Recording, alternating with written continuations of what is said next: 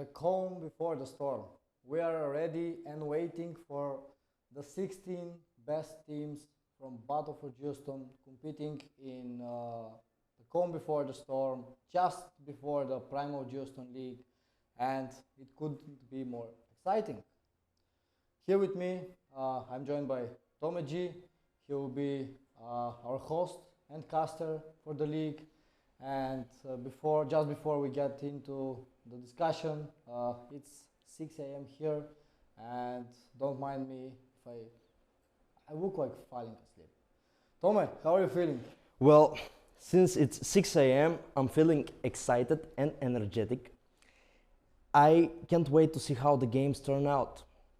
This is just my competitive gamer speaking. Leading up into this tournament, we have so much to talk about.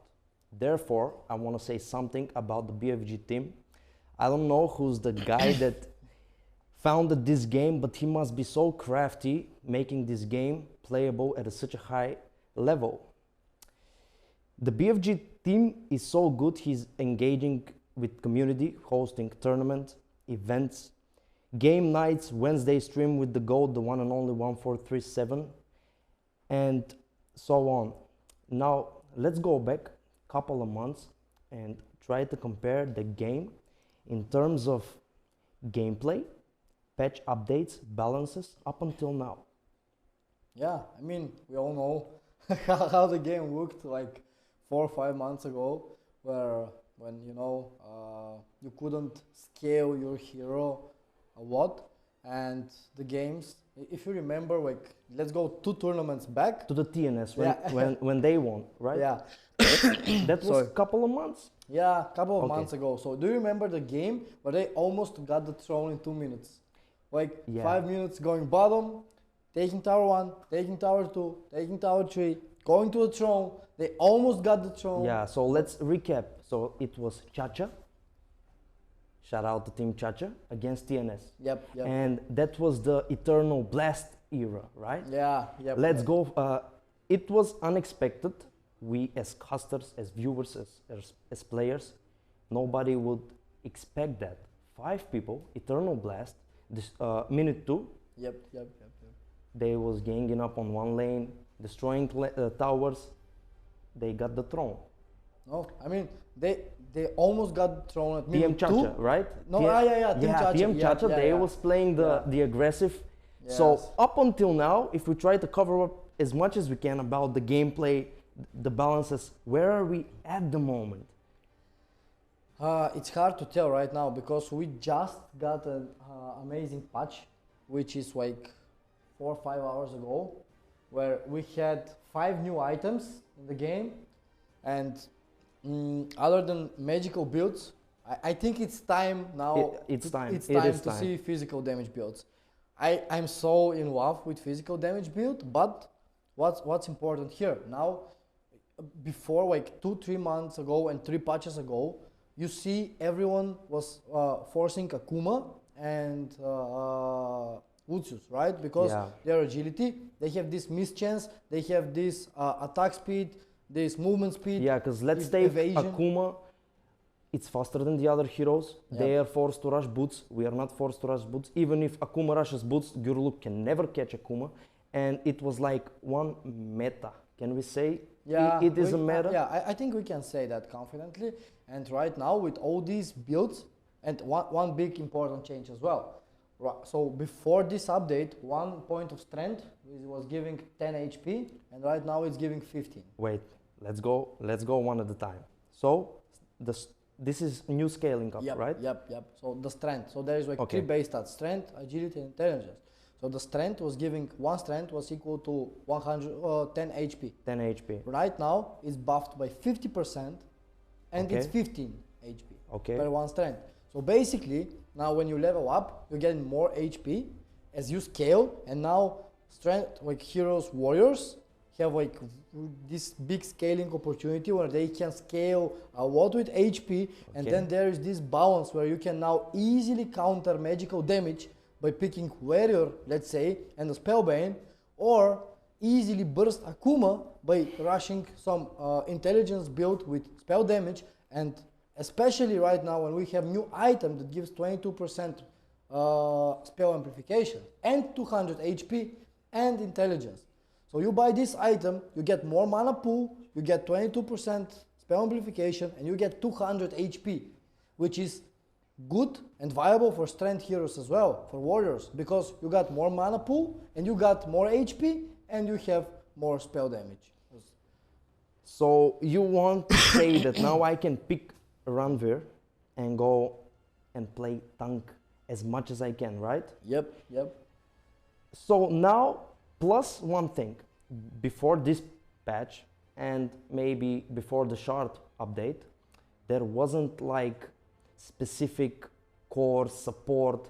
It was more mixed up. Now with these, you can confidently say, I'm playing off lane, I'm going to tank, I'm going to play at the front position on my team. Like now, versatility comes even more, because we was on the same lane, the same build, like doesn't matter if it's Gurluk, Akuma, we go with the same build on every hero, right? Because that's strong. Yep.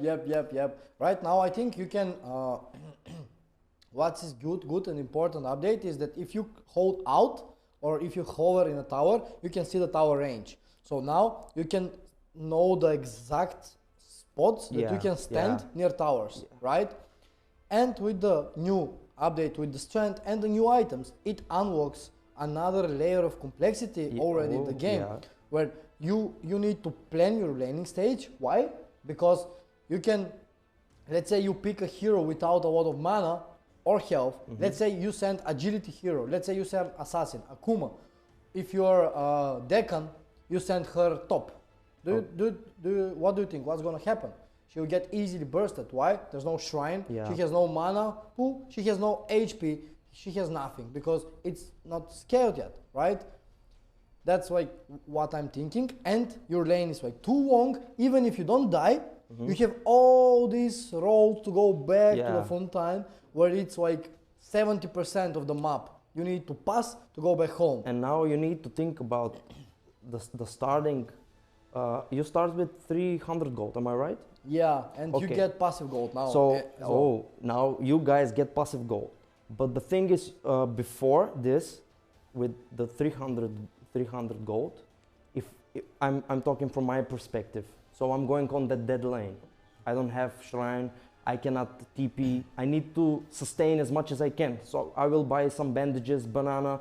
If I'm left with 150, I will buy strength, agility, but now everything changes, because you're again with the question, what should I do? What should I buy first? Should I save money? Because there is item 650 that magic resistance, am I right? No, it's 1600. No, sorry, 600. Yeah, 600.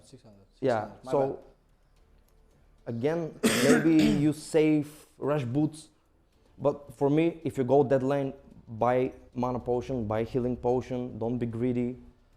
I mean, right now, with the current situation, if you're Ranvir or if you're Ori, let's say. What? Strength hero, Ori. Yeah. So if you're Ranvir or Ori, why are you laughing, man? Yeah. Multilingual. It's okay. Yeah. All right. So if you're Ranvir or, come on, man. Let's say you're Ranvir and you go on the lane. Yeah. You have more strength, right? And you have more HP. So right now, you can easily go on the lane with Ranvir, get some bandages, get some HP, and then you have more health, so you can sustain better. Then you rush boots, I say, so you can walk easier through lanes, and that's how you try to gain. Because let's say you go top, I think you need to be alone, you know? Like we played like Dota, the game before, like, Thrylane, when Hybrid made... Or yeah. We saw that already. The Hybrid going alone. Yeah. But look what they did. They went alone on the easy lane where he got the shrine, but the other three teammates went on the hard lane. I'm talking about the warrior going on the hard lane and the agility hero, let's say the damage dealer, going on the easy lane. Why? Because with HP, with the money that you invest into potions, mana potions, bananas and bandages, you could sustain the lane with the new health changes and you can gain some experience. And then, let's say you don't want to rush something, you get some ulti like Earthquake, so all you need is just, you go in the middle of team fight, you press your button, you use your spells, and that's it. You don't need all these items. But for the easy lane guy, he needs to focus like, to take as much last hits as possible, take as much gold, as much resources as he can from the lane, and extract value.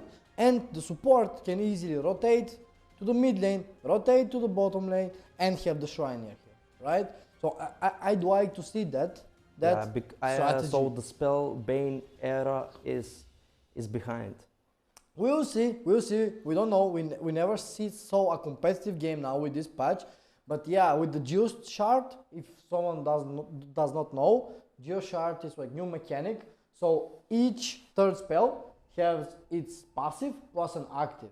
So if you don't have this shard, in order to activate it, you need cannot use your and again spell. It is the thought, should I rush, should I don't rush buying the shard?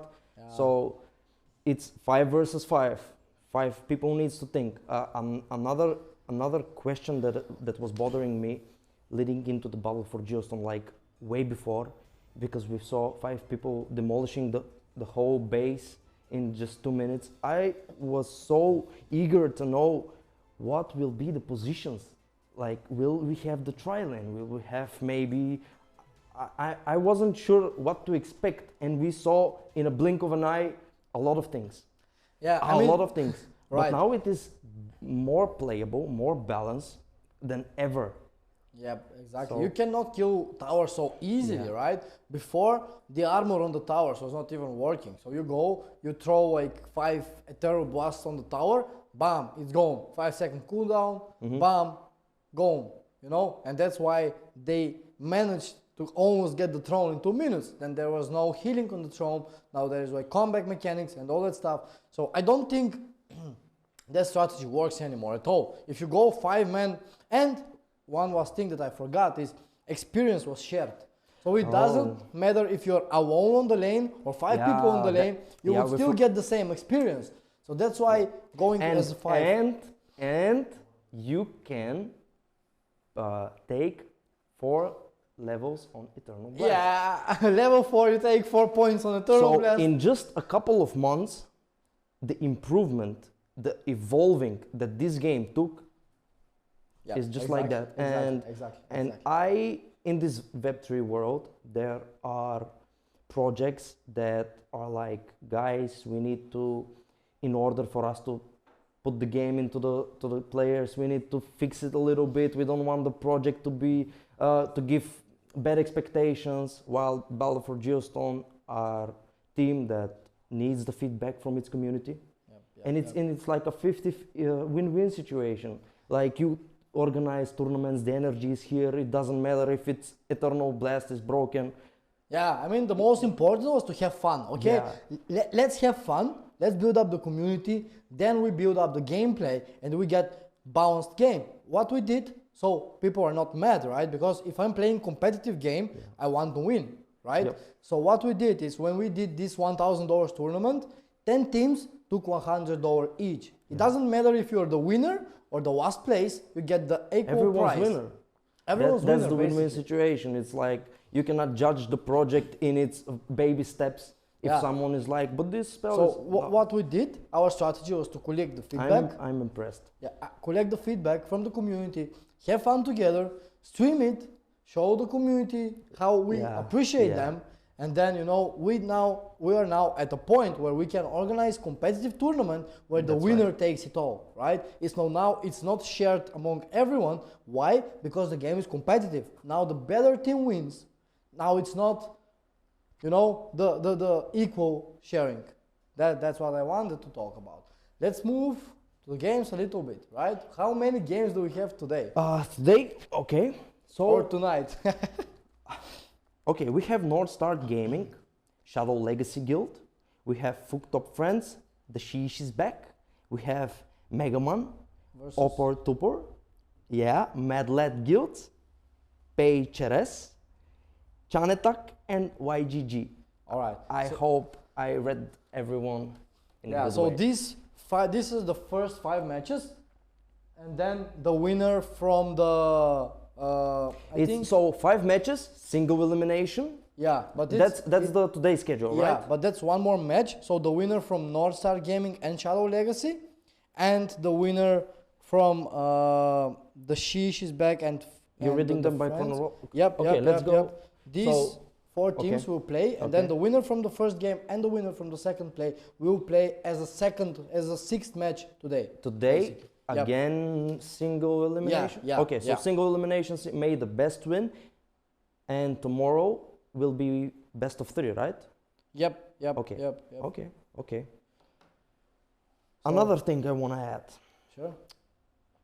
guys, I want to see, because every game, I just want to see the Geostone. So those who take the first Geo, I will make a giveaway, the first Geostone, because I want when like the game before, when TNS whole tactic was to get around the Geo, but they wasn't allowed.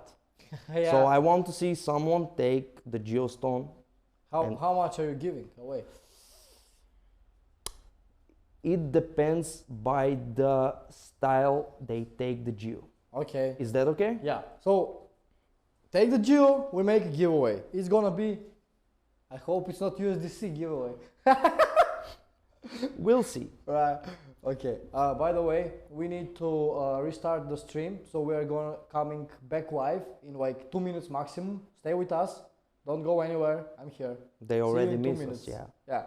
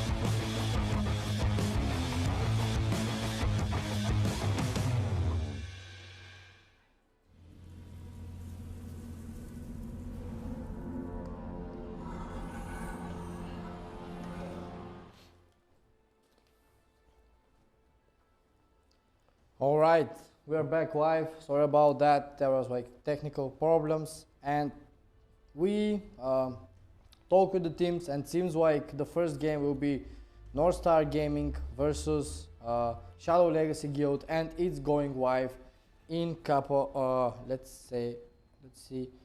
So they need like 15 more minutes, I think. So we have 15 more minutes to talk about the game. 15 minutes with us. The project. Yeah, 15 minutes fun. So yeah, American dream. yeah, it's fine.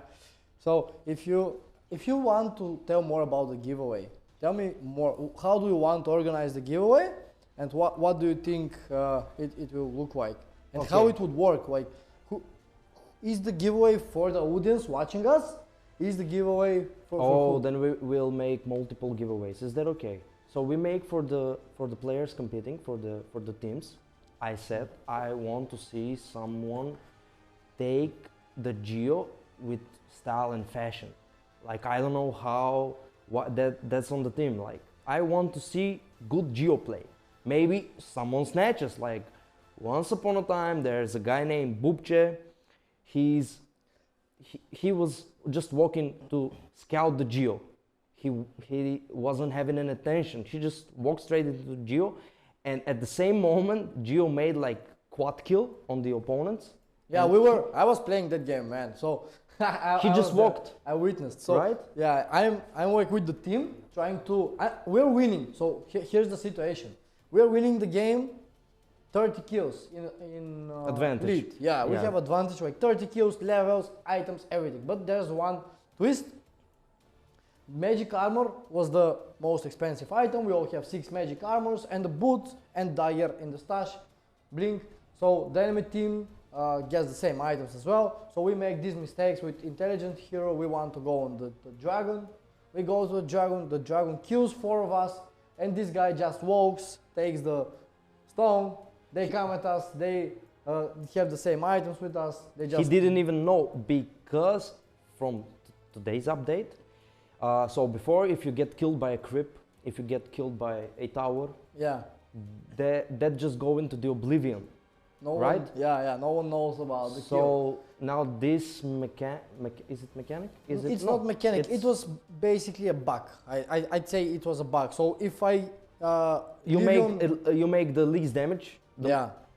And then the creep just right clicks me. You don't. That's why on some casting games we was like missing first bloods because somebody's dying and there is no. Now that's fixed. Now that's fixed, ladies and gentlemen. Yeah, and we won't get confused. So about the giveaway, I said that I want to see some of the guilds teams take the Geo in some fashion, their style. About the audience, it's your call. Right. Okay. Let's make the giveaway for the audience as well. Yeah. Yeah, for audience. Should we make it by prediction or? Yeah. Let's make prediction giveaway. Okay. Prediction giveaway. So look, let's go. So you need to be fast about this one. You need to be fast. Okay.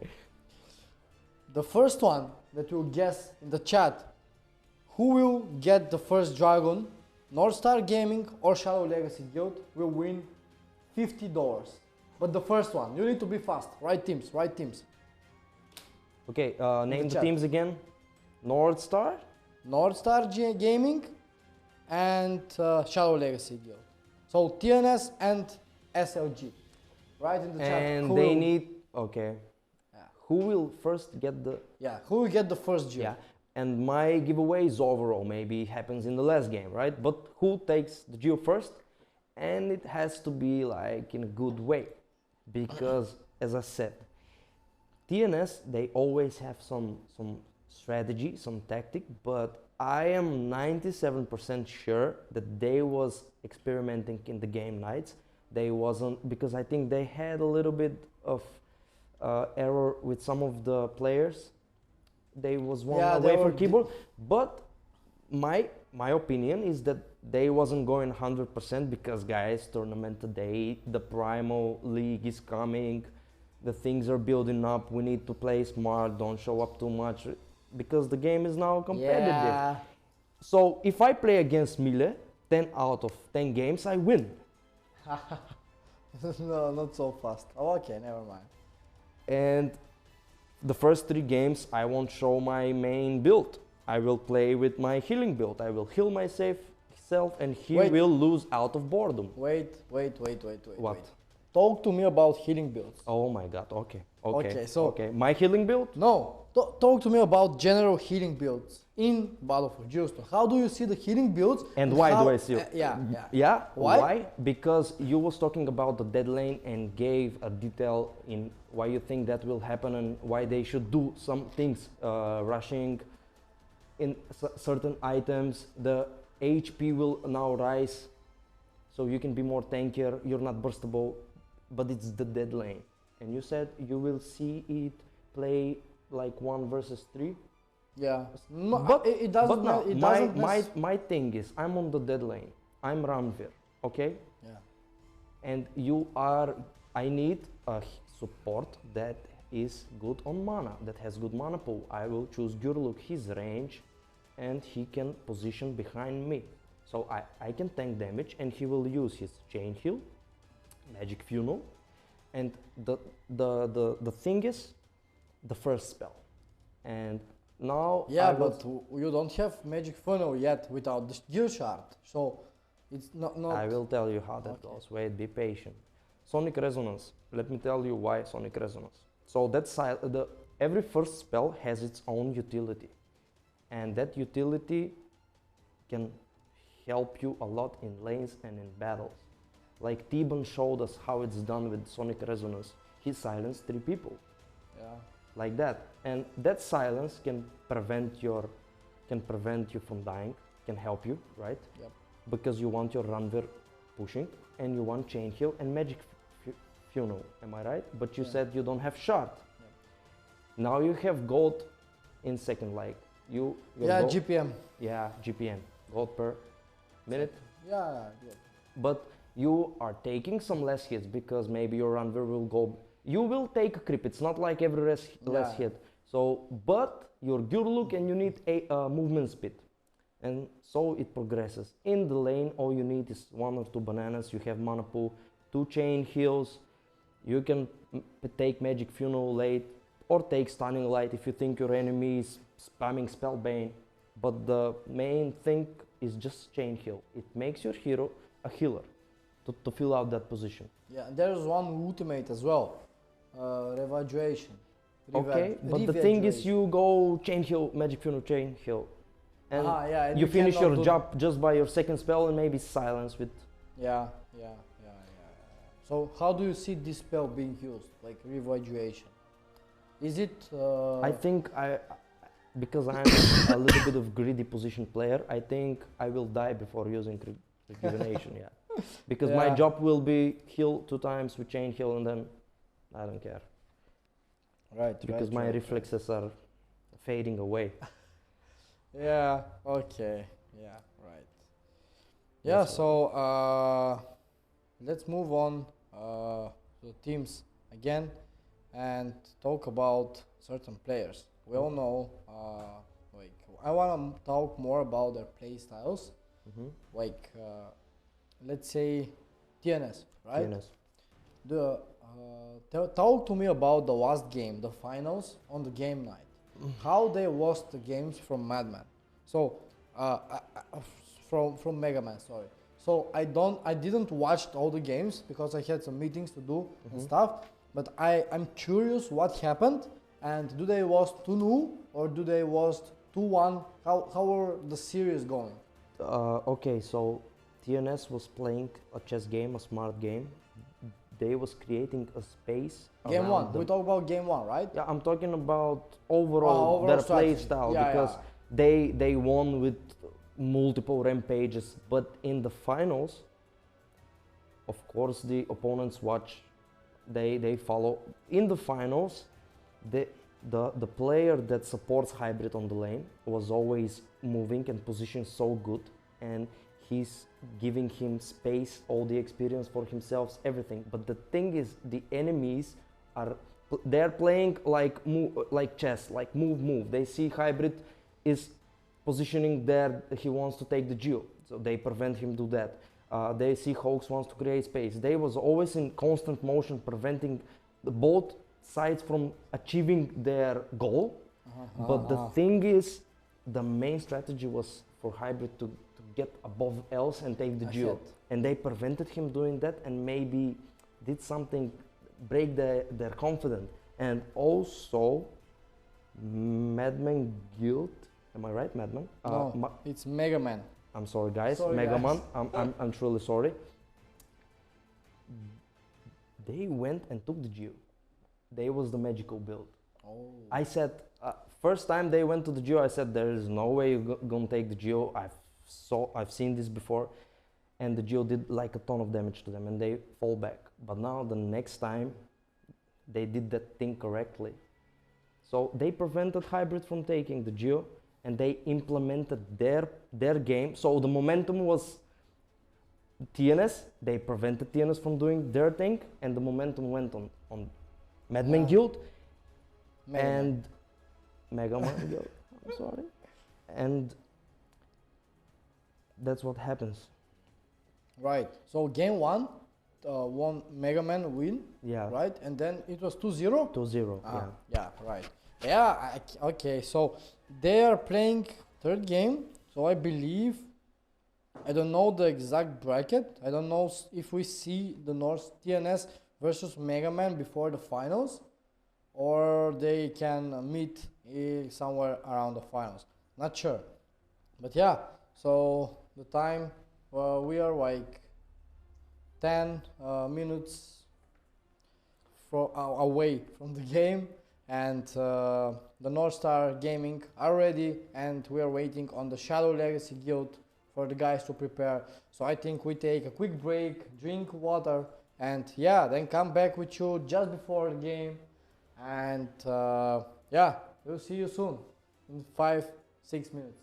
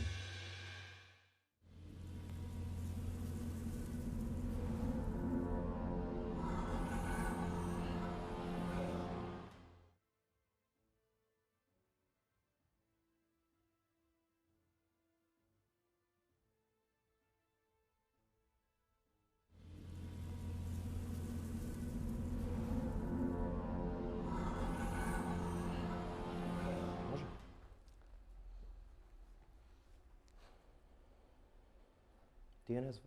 So it's confirmed. TNS are playing versus Shadow Legacy Guild, and both teams are ready. Finally, we are sorry for the delays, but that's just how it is. You know, the bracket systems, were not ready before the last minute, so there was, the Slight teams, errors, but we are improving even in that segment. Yeah. So TNS versus Shadow Legacy. may the best win. Yeah. Can we make a slight prediction? Yeah. I want you to take who do you cheer for? Okay. It is, yeah, guys. I'm a TNS fan. Okay, you're TNS. I'm for Shadow Legacy then. Go on. Bet? I think hybrid will go like 0-10 or something. No. Hybrid will play something new, as always. Hoax won't experiment this time. He will dominate his mid lane. Hoax with first blood. Hybrid rampage. Yeah. Not so sure. We'll see. Yeah, okay, so I'm confident. Is that okay? yeah. Oh, yeah. So they will start in just about like 2-3 minutes maximum. They're getting ready. Yeah, they're getting ready. They are joining the lobbies, and I think it's time to switch to the game maybe, and then switch to cast mode. Yeah. Finally. Yeah. Let's switch to the game.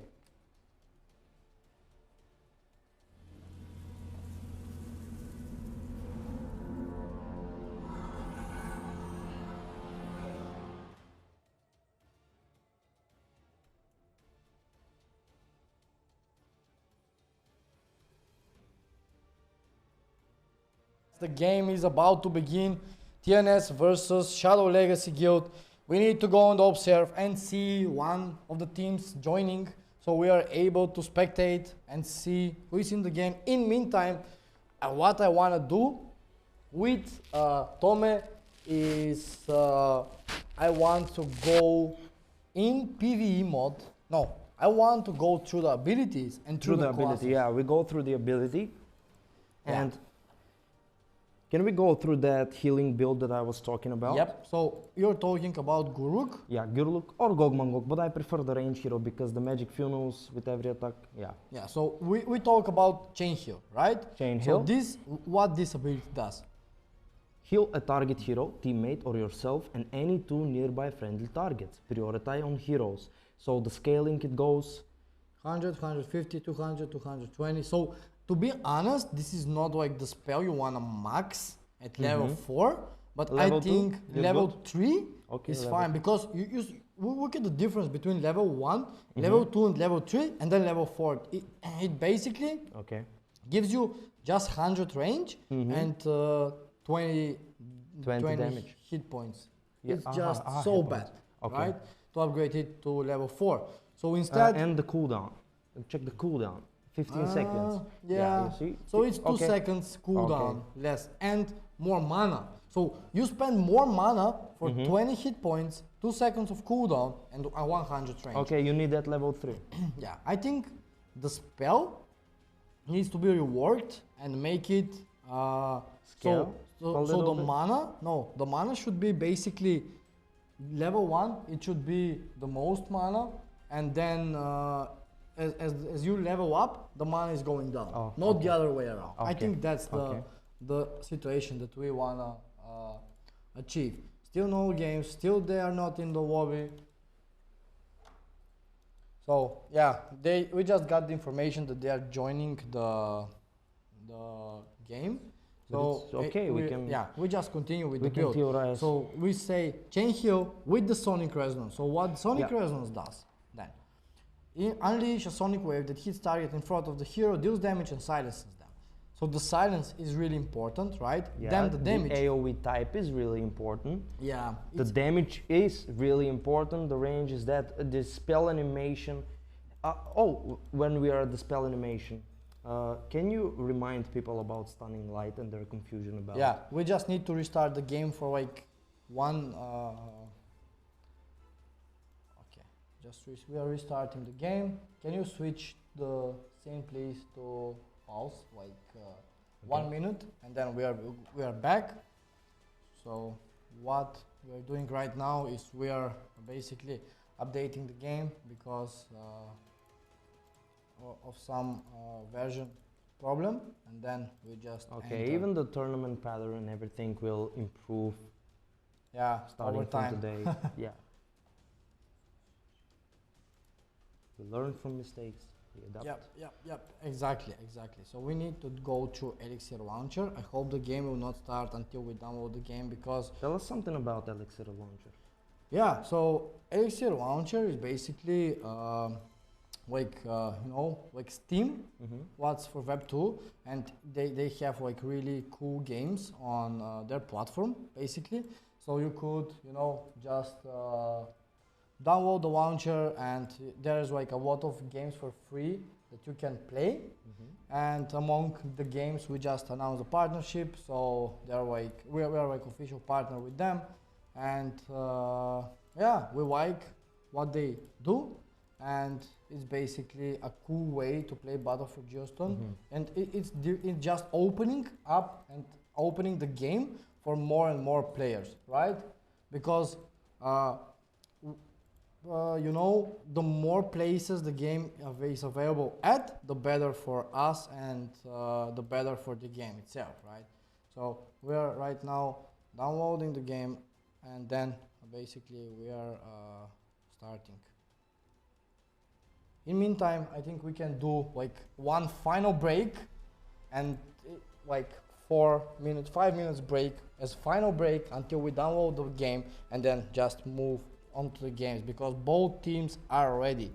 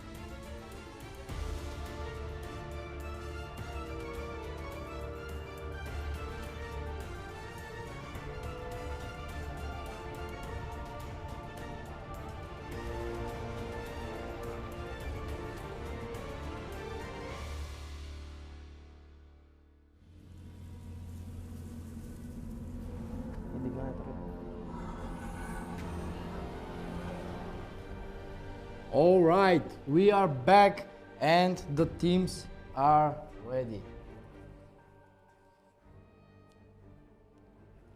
Okay, so we go in observe. They are there, ready, but we will join shortly. In meantime, let's just finish what we started with the healing build with Tommy G, and we're heading in the game. And we choose Sonic Resonance because of its utility. Yep.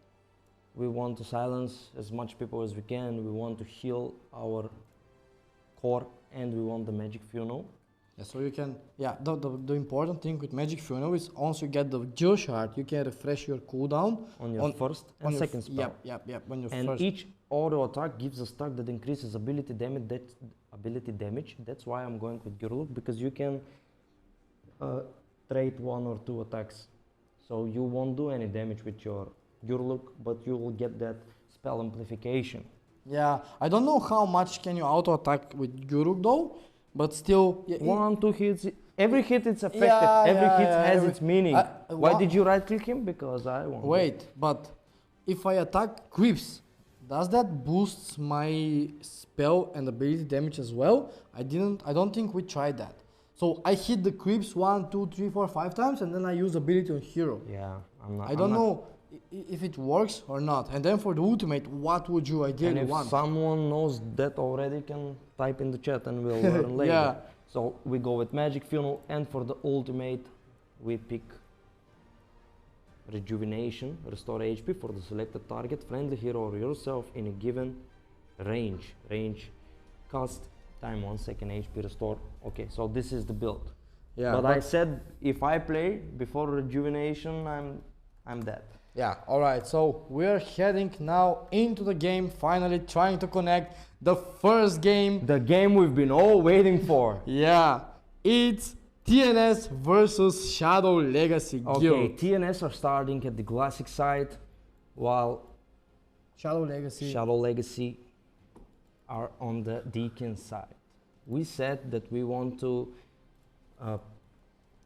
take a little bit of an observe about how they approach and which laning are they going. Are they going tri-lane, 2-1-2, and what's going on? So they're already ganging up together. We see TNS team is 2 Gogmangogs with, okay, can we go into the skill build before there is a first blood somewhere on the map? So Akuma is on the dead lane. Yeah, we talked about this, right? It will be so hard for them because of this Akuma build. And now if you see the TNS guys, Taki is Akuma, but he's on the easy lane. But the other guy is the same type of hero, assassin, but on the hard lane. So I think what Taki needs to do... Shocking Grasp, Collision Core, Spellbane, Earthquake. While on the mid lane there was a lot of attention and going on, but now on the bot lane there is 4 people ganking upon on TNS. We have 2 Gurluks and Ranveer. Yeah. So now when you press Alt, guys, you can see this. So this is the range where you want to be, and this is the new effect, and that's awesome.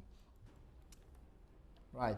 So now on the bot lane we see Ranveer. We talked about this on the stream. Here's Ranveer with bandages and mana potions as well. He's already using that mana potion. Yeah, he's level 2. They tried to gank him. He escaped the gank. In the meantime, we see the 2 supports from TNS rotating to mid, while on the top lane I don't see any aggression from TNS and Taki, and I think that's bad for them because you know, here's this guy on full HP. So they're basically going man versus man. They're 1 versus 1, and the new effect when you level up, guys, that's just it. And now on the mid lane, Hoax is going in 1 versus 3. He's jumping in the right middle of the fight. He's not even scared. Yeah, he's not even scared. And can we see how many Eternal Blasts the opponents have? But now they're going on. Oh my god, he tossed it under the tower. Can Toss survive and make the kill. Now Stunning Light upon on Hoax, and he's one right click away from that. But can he survive? No. Marinov TV got his first blood, and he survived on 2 HP. They managed to save his friend, but now we see 2 TPs on mid. Can they bring the hit back? Now Nostalgia used, he managed to restore his HP, but he's still in Nostalgia now, followed by Stunning Light. Now it's the TP was not worth a double kill for the Merino, for Shadow Legacy. For Shadow guild. Legacy. Yeah, in meantime, Hoax is going on the mid. Another There's toss? a toss. Yeah, but So Hawk's plan was to toss him under the tower, but what can he follow that toss up with? Can we check? no, there's nothing. So there is the iron skin for the for base physical armor, and there's the toss. So there's no stun. If there was collision course instead of nostalgia, Yeah, he could have got that kill easily. Yep. In meanwhile, we see Cassie with the boots and magic belt on the bottom lane, already level 4, and he has 100 more gold. And let's talk a little bit about the new items in the meantime. Okay, so they got the collision course and stunning light on Taki Taki. Now they're chasing him under the tower. Will he manage to survive? I'm not sure. But he returns with another stunning light. What was the bold play? Will that get him out on track? But that's not it. He's 3 going to the seconds, shrine. he's going to the shrine. He's going to the shrine. Another confident play, another stunning light, and followed by collision course. But right click and got the kill. Taki Taki got his kill. He used his shrine, and now his friend teleported, but he's not doing anything. Now, can he go for the double kill? They traded the kill. It's 1 for 1. And now 3 against 1. Can Trek use the source and heal? But no, double kill for H2O Emperor. Emperor. Nicely done by Team Legacy Guild. And now they're bursting the the shrine. which is minute 4. That could open up the map a Yeah. lot. And now Hybrid and Hawks are going. Can they escape? Use collision core for You're escaping. running on the wrong side of the map, Yeah, my friend. the wrong side of the map. Now turn back. No, with Eternal Blast, they did a lot of damage on Hawks. Will Hawks get back? But Hybrid is not afraid. He's chasing under the tower and he switched his movement. But is Hawks Here's the going nostalgia. back with nostalgia? We'll see in a second. Yeah, Hawks get back with nostalgia, but what was that bold play? All right, this was intense. In meanwhile, Cassie. In the meantime, yeah, Cassie is pushing bottom. He already got his stats and his boots and Eternal Blast level we missed 4. the kill. We missed the Yeah, kill. we missed the kill. That was 3 heroes rotation from TNS, and who lost its wife? I think it was Rovi. Yeah, it was Rovi. I think that lost. And while his that wife. happened, Hawks went on the mid lane to gain some experience advantage, which he is level 5 at the moment. Yeah, he's level 5. Level 1 What can we nostalgia. expect from this build? I've never seen this. I think he would go for magic resistant build. Yeah, how does And, this translate in late game? with Because with the new items? Yeah, can with the new items and the physical armor, it looks so good. But now two people were pushing mid. He teleported on the tower. Hawks, what are you doing? They took your tower and got you with stunning light. He used toss to clear the wave, which I think that won't be enough when your toss is on cooldown. What spell can you use to go for a kill? Now Taki Taki is aware that they are attacking the shrine. We see 3 teleports from the Team TNS. Now Team TNS is following in night. Now Earthquake to stun multiple opponents and they are chasing.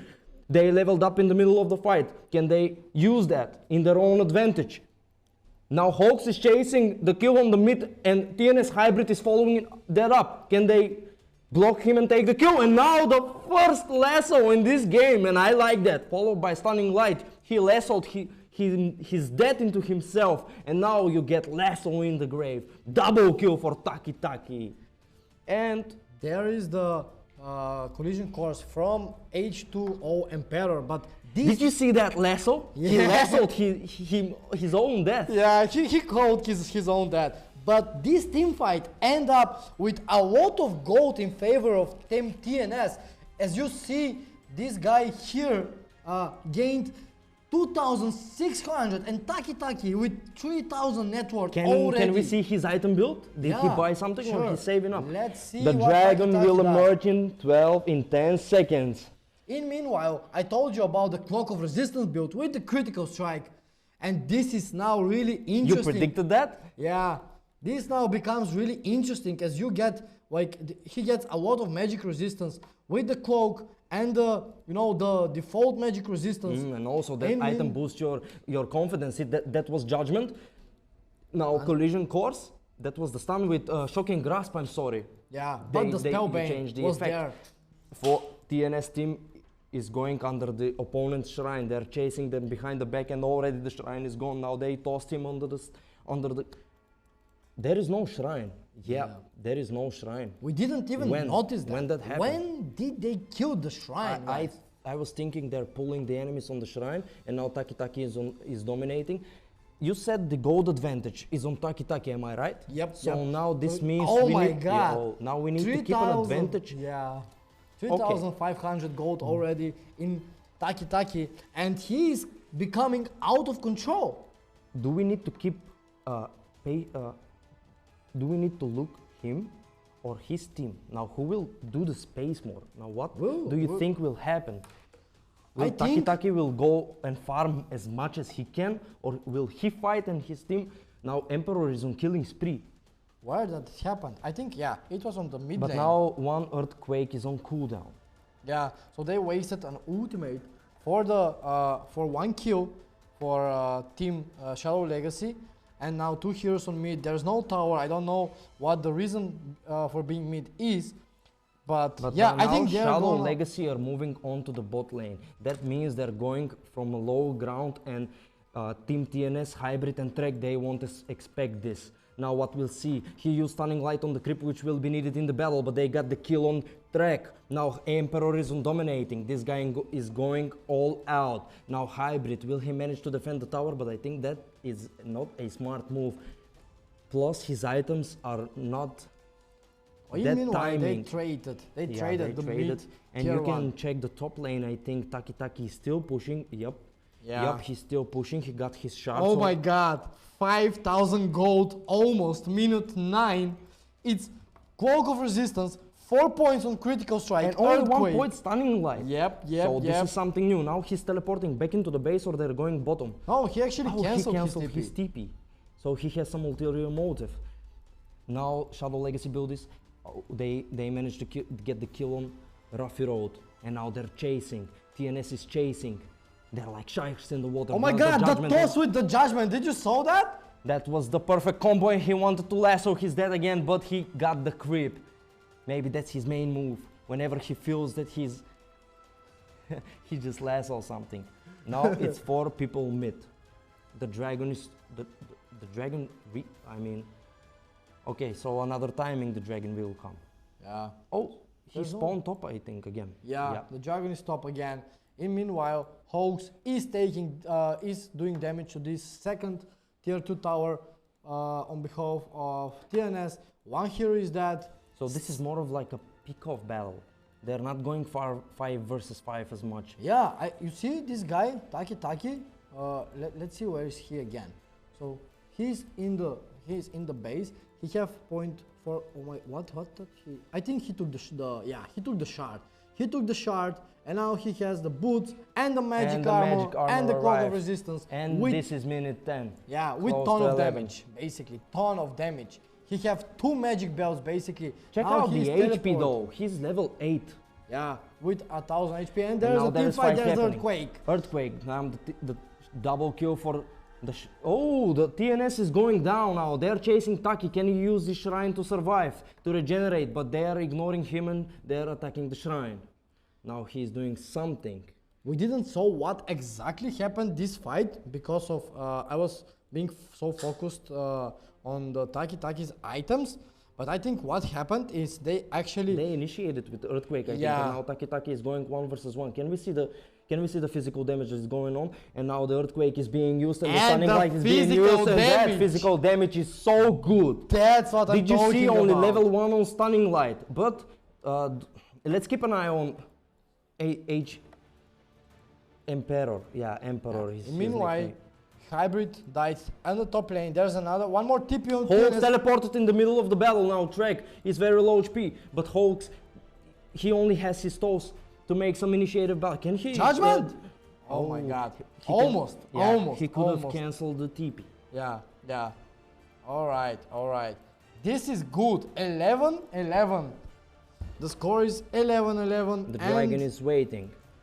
Yeah, there were 2 magic armors. Okay, check out this HP now. This is getting tanky. Yeah, 1,400 and this is level HP. 10. So let's see the net worth actually. Yeah, almost. Yeah, but look at Merino. Yeah. Merino, and also Emperor is yeah, almost 5,000 catching up, gold yeah, as he's well. catching They're up. catching up, but Taki is on 6,000. I want to see the skill difference. So he's going with Shocking Grasp, Collision Course, Spellbane, and Earthquake. And the counter is the Stunning Light to Spellbane. So if we see, oh, he's scouting the Geo. TNS Taki is scouting the Geo. He has all the resources and everything to 1 versus 1, the Geostone, and he does a lot of damage, guys. Look at that. While he's going for the Geo, I think he'll need only half a minute. Now Hawks is doing his job.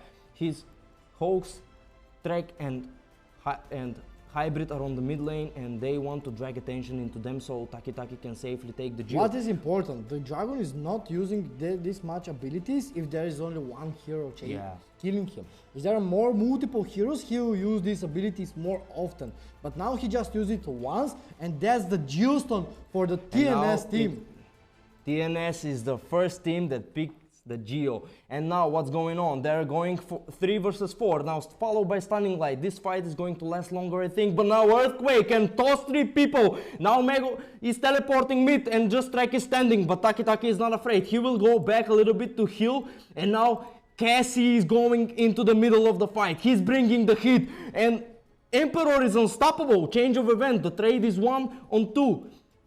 The team of Shadow Legacy is low on HP, but the thing is that they did a lot of damage to Taki. He was forced to pull back out of the fight. Yeah, with the Geostone, imagine if he lost the stone, you know? It's Maybe going it to will be game over. Yeah. But now Hybrid did his kill, and he's stuck between fighting 2 opponents, and now his friend joining, and all of the team is joining. They are chasing. Now the team of Shadow Legacy are low on mana. Their spells are on cooldown. What will happen? All they need to do is cancel the stun, but he managed to teleport. Now Lasso the Hybrid, but Stunning Light followed by Ice Cage. And now Taki with his physical build. We'll see how is that effective in the battle. Emperor is low on HP. If that guy dies, he is their main carry. Everything will change. Earthquake. Okay, so now we wait. Now we need to see how this Earthquake will be implemented into the battle. Will he initiate with that, or will he save it for the last scenario? Yeah, we actually saw a lot of action, but there was no kills on both sides. Did you saw that? All these abilities wasted, judgments, you know, Stunning Lights. They didn't cancel the TP. Yeah. Can Toss cancel the TP? No. But there was the punishment though, you know. But I don't know if he managed to get the punishment off or he didn't stunt anyone. The score is 13-13. We still see Taki lead the game with almost 8,000 net worth. But Marinov and Emperor can catch up. Yeah. Now we see he's levels ahead. 3 people here, and now this 4. is They're looking joined by the 4th. Scary. 3 versus 4. Yeah, this is looking scary for TNS. If Shadow Legacy initiate now, I don't think Hybrid there is waiting in the bushes. Much Cassie is going down. The 5th player of Shadow Legacy Guild is very low on HP, and followed by Judgment and tossed into the pits of hell. Shocking Grasp to get the kill. Earthquake, stun the hole, another Earthquake. Everyone is stunned, but now will we see a spellbane from Emperor? Now Hawks is getting behind the kill. Rev got the kill on Taki. Emperor killed Trek. Now they got the hands on the... Oh, Hybrid snatched the Geo. Now change of events. Cassie is dominating. Hawks is going 1 versus 2. Double kill for Hawks. Nostalgia, will he come back on full HP? Will we see... Oh no, the HP are still low. Now what's going on? He's faster than the opponents. Going in the low pit, he turned... Was his intention? No. Oh, Hybrid is coming. Hawks is confident again. With the stone. Hybrid is level 6. Yeah, Can he withstand that much of a damage? Look what he did. He went for the Iron Skin, which increased the base physical armor and passively gives additional physical armor for each missing HP. So the more health he loses, the more tanky he becomes with the Iron Skin, plus the magic resistance from the cloaks. And now it's basically unkillable, I guess, with the Geostone. All he needs is to level up a little bit. Yeah. This is funny. I thought that TNS lost the Geo because they was all gathered and the Earthquake catch Right, them in all. mean- Now meanwhile- Cassie Spellbane used to proc the Earthquake, and now he's used Judgment to stun their opponents. Eternal Blast does damage to 3 people, and now only right click left away from that, but the Emperor manages to escape. Now Eternal Blast does that a little bit of a damage to Cassie, and now Spellbane procced on the Gurluk, but Gurluk can die from right click. Hawks is on double kill and he's behind the tower. Look at this movement. He's sneaky. He's doing his thing. Now he will save the team.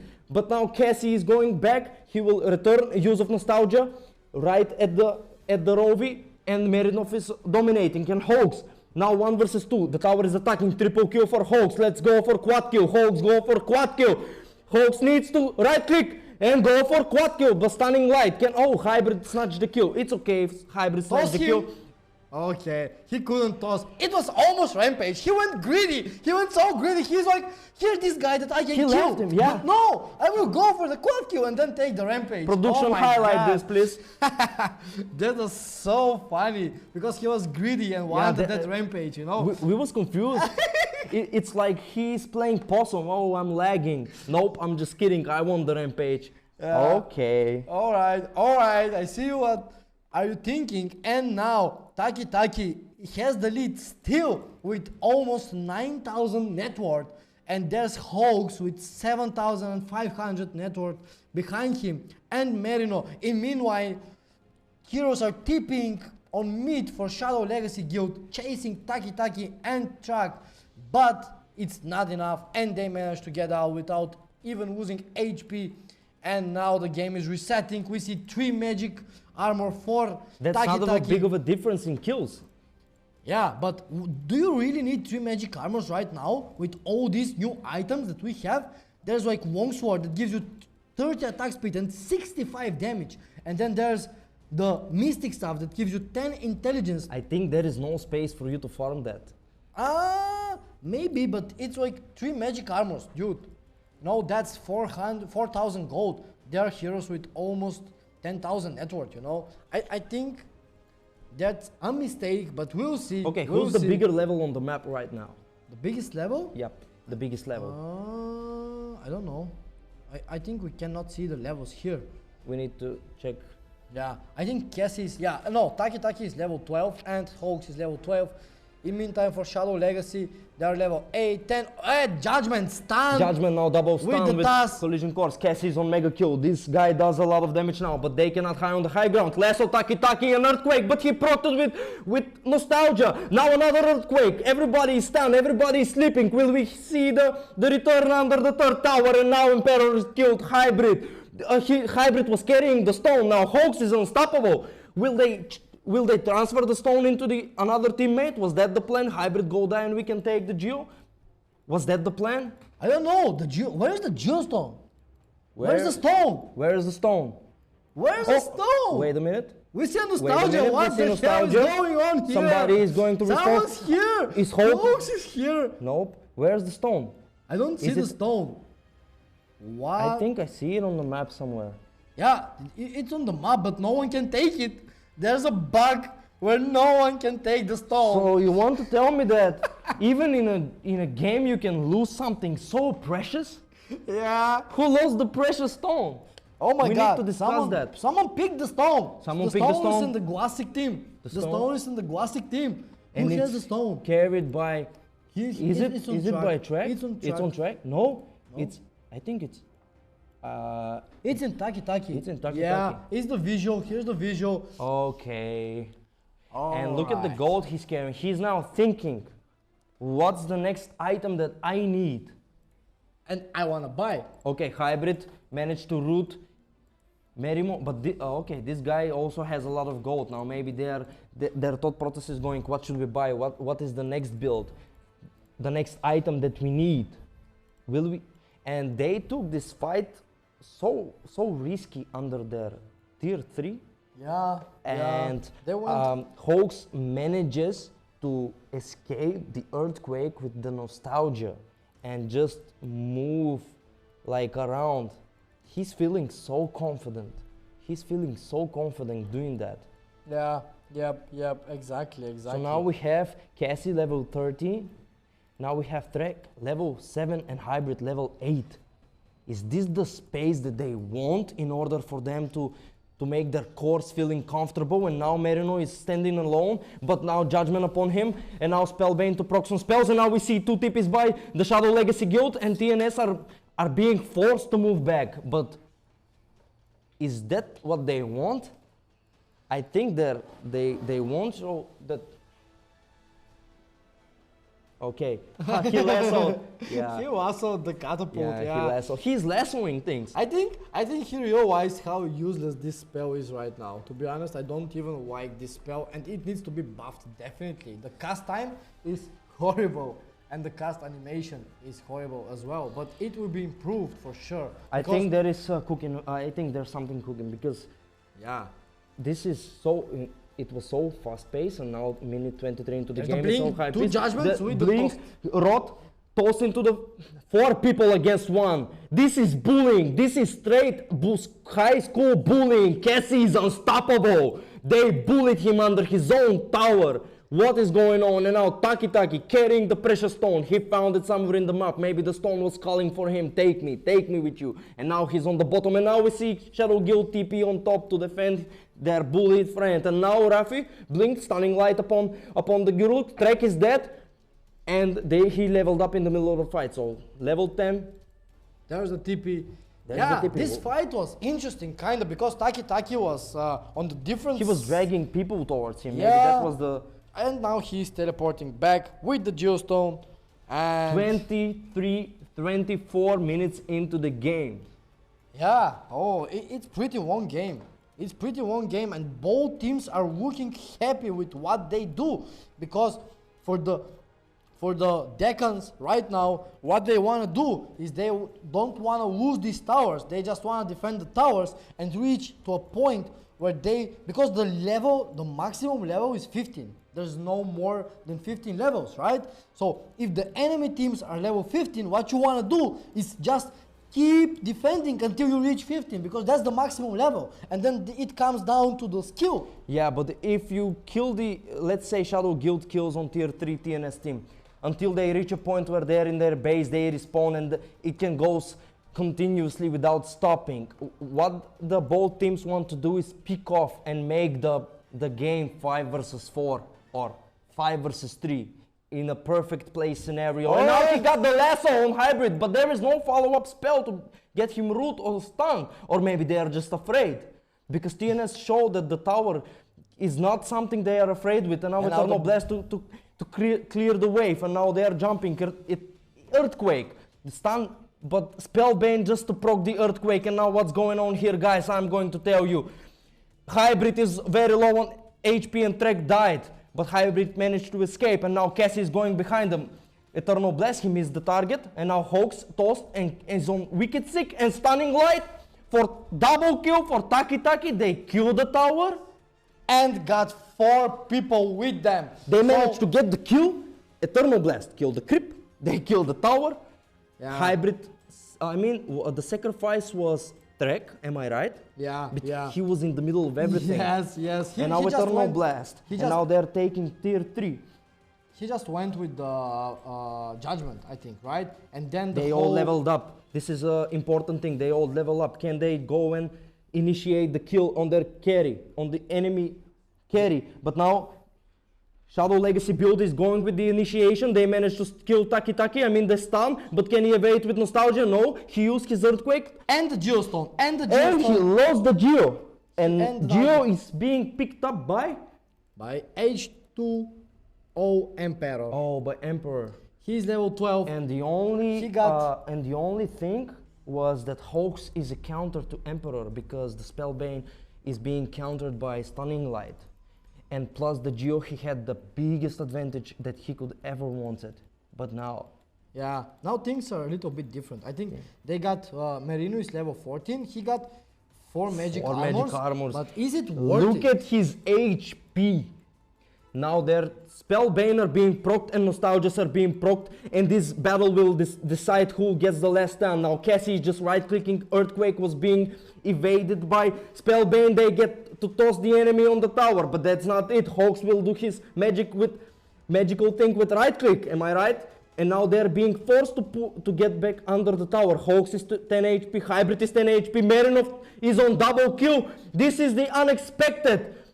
And Wraith is going back, but Emperor will lose his stone. Hybrid, triple kill for Marinov. He get the tank the most damage from the tower, but now Taki is attacking with stunning light, and the creeps are attacking on level 15 against level 15. He will TP in front of his eye, only he TP'd in front of his eye. With the Geostone, they managed to escape and still get 3 kills of TNS. I think the momentum is being stalled by Shadow Legacy build. No, did you saw how tanky was Hawks? No, sorry, Hybrid. Did you saw how tanky he was? Did you just saw that? Tell me. He couldn't die, man. They used all of the spells, and then finally one Stunning Light managed to take his health. What? There's not even 1000 HP, and they couldn't kill him so if it wasn't for the Stunning Light, because it's pure damage. I checked in the middle of the battle. Okay, who is the most tankiest? I think the Gurluk or the Gogmangok from the Shadow Legacy. Okay, this is tanky. This is tanky with retribution. But do you think that the Hybrid can? No, Hybrid is not that tanky in HP. So what's the deal? They put Disintegrate on Judgment.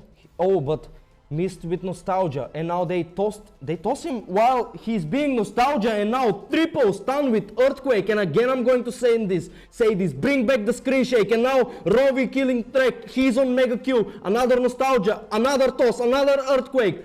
Punishment. They're moving, and what is going to happen now? Who's the most tankiest? Who can sustain most damage? Hawks is running away. They're chasing 2 people, 3 people are chasing Hawks. He's doing, oh, he jumped, but he lassoed his teammate, and now this creates a big opportunity for Hawks to escape. While Hawks is escaping, there is a battle going on again. Hybrid and Taki against Marinov TV, but they saved themselves with Stunning Light. Stunning Light perfectly timed, saved Marinov will TP back to safety. Once again, team fight in favor of Shadow Legacy Guild. This game is so cool right now.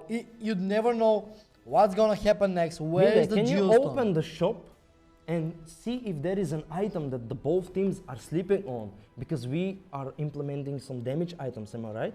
Yeah. And Hawks is building magic armors. So can he sell something and replace? No, Hawks is not doing that, I think. Let's see. I mean Taki. Yeah. Taki, let's see. He's on the mid lane? Yeah, he's still going he for got the magic, one long sword. He got the long sword. Plus 65 damage and 30 attack speed. Why don't you buy another one, I think? And change one magic armor. Is this the blink or is it the immortality? Yeah, it's the the teleporter. Yeah, because he needs to use it for Earthquake, and all they need is okay, this is tanky. They need to kill to make this game go 5 versus 4 or 5 versus 3. It is so risky now to play against Shadow Guild because they have the slight advantage for me, because this guy has a lot of HP, 2k HP, and now they managed to stun Taki. He used his defensive Earthquake, so now he cannot be the guy that initiate the fight, and his blink now lies without utility. Yeah, I mean the cooldown is not that long either, so it's why he's joined by Hawks now, because the moment he's okay, my job will be shortly cut and now I need help, and at the exact moment, I mean all of the time you can track the movement of the Geo guy. That means that you can basically implement some strategy, but wait, we'll get back on that now. Cassie is being pushed now. He's being bullied by the Shadow Legacy guild, and Emperor gets the kill. Yeah, this guy is a beast now. Oh my god, look at the net worth. So this means a lot. Now it's 5 versus 4. Look at Merino. So it's 14,000 net worth for Merino at minute 31. Let's see his items. Pick Merino TV. Okay. So okay, this is the tanky Gurluk I was talking about. So he's going with magic resistance. Imagine taking the mystic stuff instead of the magic armor. Dude, what do you think is gonna happen for Guruk? He's a Guruk he will be a guru with 2000 HP. This is the 2000 first time HP. I'm seeing 2000 HP in BFG. Just because of this new... Now everything is changing. They are going confident. Oh, he lassoed again. Now hybrid. Let's do it for the memes. Let's do it for the memes and let's take tier 3 with confidence. Now Trek doesn't have earthquake, hybrid doesn't have earthquake. The only guy with earthquake is Taki Taki, and Trek managed to... Oh, Taki Taki blinked in. Earthquake stunned 3 people. Now he did his... They are being punished. They are being pulled. Now Nostalgia is using. HP will be restored. Now Cassie. He used his Spellbane, but I'm not sure why, and now Eternal Blast does a little bit of damage. Emperor used his Earthquake to help the team, and Cassie gets the kill on Marion of TV, which is big. Can they cancel the TP? No! The TP cannot be cancelled. And that's 2 for 2 people that from the Shadow Legacy Guild in exchange for the tier 3 tower for TNS. Okay, let's go with prediction. Okay. What's gonna happen next? Can you go back on your build with the Gurluk? What was you saying before? Instead of what? I was saying just like if you see Merino, where is he on the map? Let's find him. I think he was being killed. Yeah. He's dead. Okay, and we'll get later back on that. Let's see which spells are for initiative. They use Spellbane. Now a lot of damage is being repelled. And now 3 people stand under the 3rd tower. Now Hybrid is going back and they killed Hawks, and another kill for Emperor. He's on killing spree. Now they are scattering around. They said, we need to escape. Now Cassie is he's being chased by 4 people. Stunning Light, followed by Judgment, Eternal Blast, Lasso, and the Lasso is on double kill. He's improving his Lasso game. Rev with his Lassos, ladies and gentlemen, comment this guy. The trait was 5 alive, 2 dead, and now the game changer. Will we see the winners for the first game? Now Hybrid, what can you do alone? He managed to root, he blink away, and they are attacking the throne. Guys, without hesitation, they have 27 seconds until the Ramvir is going back, and now they're attacking the throne. They're attacking the throne. What's going on? Nobody can defend this, and the win goes for the Shadow Legacy Guild. TNS are eliminated. They're eliminated in the first round in the Battle for Giostone Come Before the Storm Tournament. And that's the win for the Shadow Legacy Guild, ladies and gentlemen. And the MVP is Merino TV. Let's get Ranch Wizard Gurluk, oh MVP. What a game. Production, what a game. Screenshot this. Let's get back in the studio. Let's chill after the game a little bit. Let's go first with a quick 2-minute pause. 2-minute cooldown. Technical pause, and then we are coming back. We need to prepare. Right from the studio to talk about the game and see about the next game and what's gonna happen.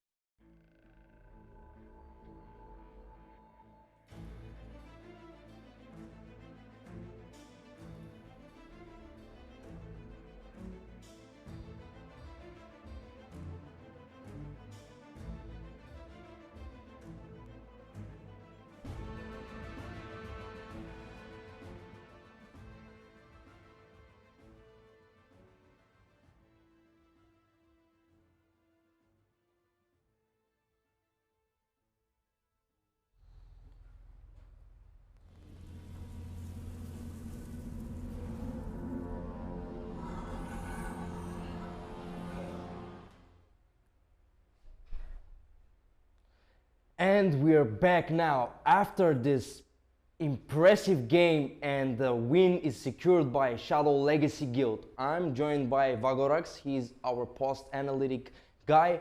And Vagorax, tell me something about the game that I've missed. Tell me what was going through your mind. Thank you, Tom, for the introduction. First, I want to say it was an epic game.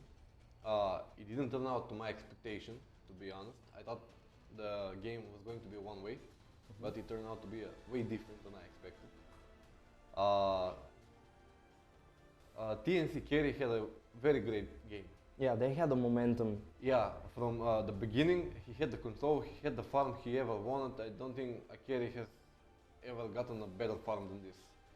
At minute 9, I think he had like 5,000 net worth. Am I right? Okay, we are talking about, because they were splitting the core position between the Taki Taki and the Hogs guy. Taki. Yeah, okay. I'm talking about so Taki he was Taki. getting all of the momentum in the game. Am I right? Yes. He was always moving alone and gathering the gold and experience as much as he can. But how did that backfire at him? What happened? Was he losing the Geo or? Well, because he was farming so much, he was getting all the attention from the game, all the resources. The problem was his team was lagging behind. Oh. And How?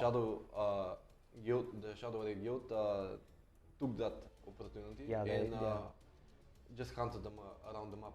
They didn't focus that much on a single hero, and that's why they had that much opportunity. It wasn't, so the TNS was in a momentum and an advantage throughout the whole game, let's say, but there wasn't a big gap in kills. Yes. It was equal game in kills, in action. They just focus more on one team and they focus more on the whole team. Like Yuluk, you've seen that he had so much HP and he had so much farm for an rage wizard. Yeah, this was not seen before with the Gurluk, but let's talk about the funny moments, the critical moments. Just something that I want to add is what I've seen is that now maybe the new meta is that they all focus on physical damage with magic resistance. They went too much with magic resistance. But that's my opinion. they maybe are not that familiar with the new items that are being implemented into the game, so they're going again with the magic armors. Yes. They're stacking the magic armors again, and we have variety of items now, attack speed, damage. So TNS took the Geo. Yes.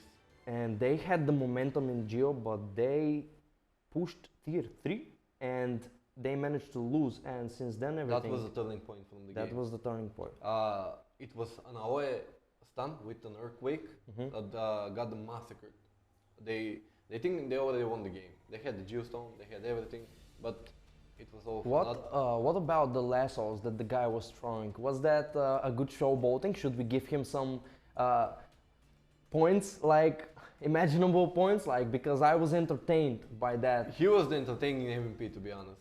Yeah. It was so funny. There should be a compilation of memes for that. So There he should be started, trending. maybe this is his first game with him lassoing things. He started lassoing his teammates first, then the creeps, then the catapult, and then he succeeded into lasso an opponent, and he win the game. The question is, was it all intentional?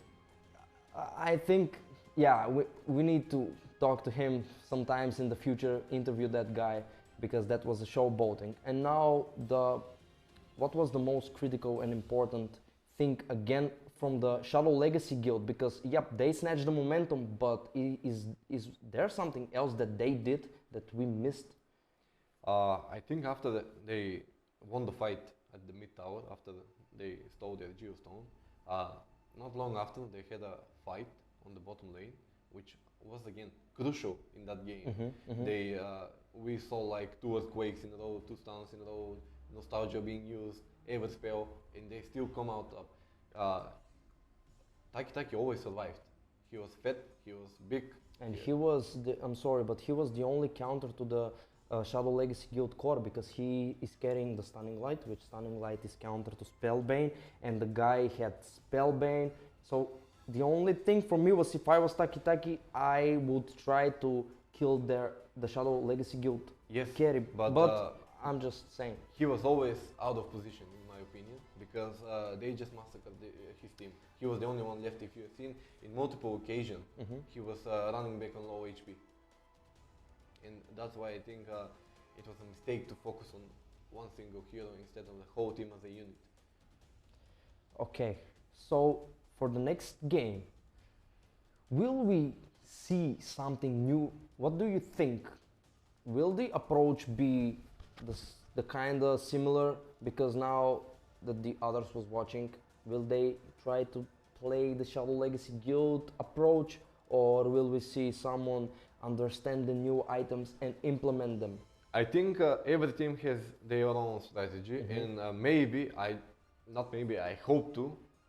The teams will use the new items, and they won't take their approach. I want to see something different in every single game.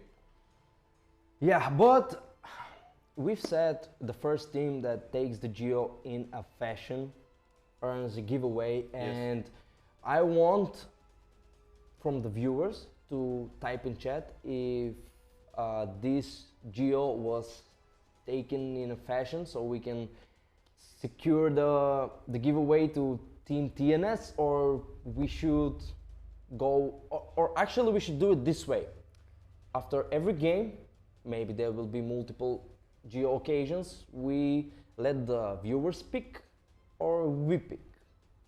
Or maybe we can make a compilation from all the kills, from all the takes, and we judge them at the end. Because now Taki went alone on the Geo and he was just...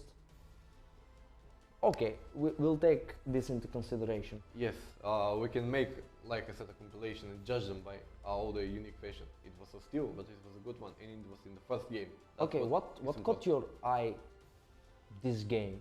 Well, which moment was you like in awe, like, oh... I'll tell you what didn't caught my eye. What? I didn't see the shrine kill. Oh yeah, maybe that's my mistake. I don't think it was anyone's mistake, it was a sneaky kill. Yeah, okay, yeah, it was, but how did that happen? We tried to give our attention to everything. Yes, we were talking about the build of a player, and after I'm not sure if they pushed the tower at that moment, and they straight went after the shrine. And the TNC team, the Shadow team, was at the top at that moment and they were not able to defend it. Because there was a point where I was like, they're going to use the shrine to restore HP, and there wasn't even a shrine. Yeah. So this game was, compared to the game night game, because of the patch now, now it's a completely different thing. The pace of the gaming, it was like slow pace to mid pace to there wasn't like going upwards or downwards. Yes, it was a whole competitive game because in the game nights we saw a game finish in 10 minutes. Yes. One team was having like 30 kills and the other having like 9. But now I think TNS and Shadow Legacy Guild are both good 5 versus 5 players, but the better team won, and that's Shadow Legacy Guild. I wish them luck into the next game. I will keep my eye on their play style, and I think maybe people need to pay attention to the new items, because the damage output can be crazy. Yes, crucial part of the game, as always. What I wanted to add is something that I've noticed is, have you seen your look built like that before? No.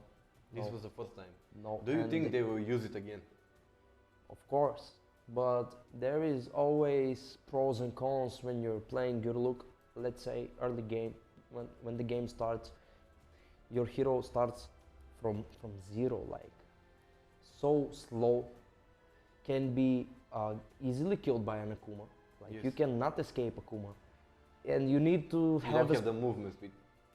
Exactly, you need a specific build, but that build in mid or late game will not. So in order for you to be efficient with that your look build, is your team needs to carry the momentum.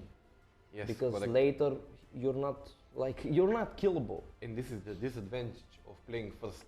They now know how to counter you. They Yeah. know that if you're going to use the same build. Yeah, And I if think that is your strong point. every game makes another blueprint and another. And Yes, yeah, definitely. No, we will see. It's just in the next game, and we can expect a lot of it. so we need from production when the game 2 will start. So we're going with a short break and then proceed to game 2. We'll be back in the next game.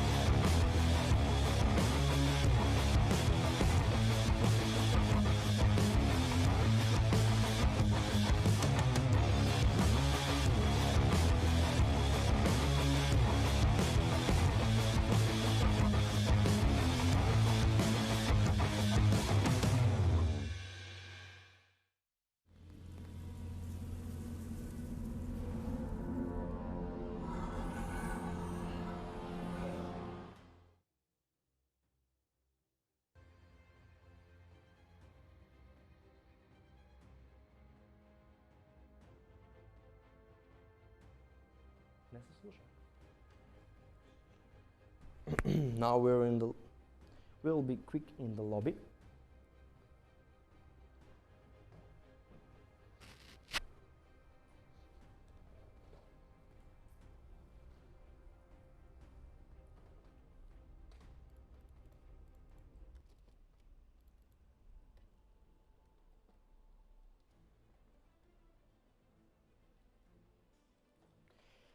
Okay, while we wait for the players to get ready and start the game 2, we will do our thing. Game 2, Mad Lads Guild versus Paycheres.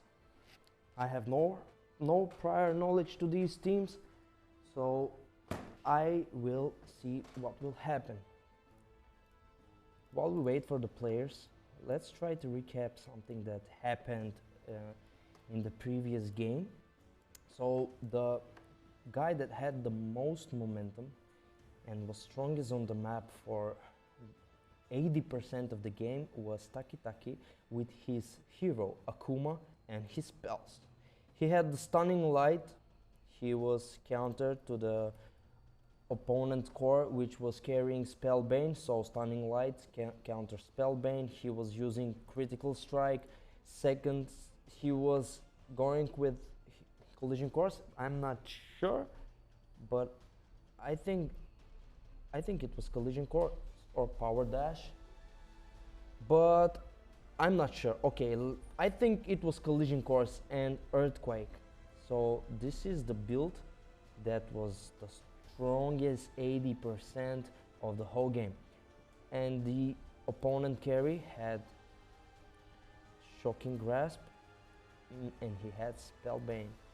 Oh, I think it was Nostalgia second spell. Yeah, he had Nostalgia, Taki Taki. This was his build, I'm 90% sure.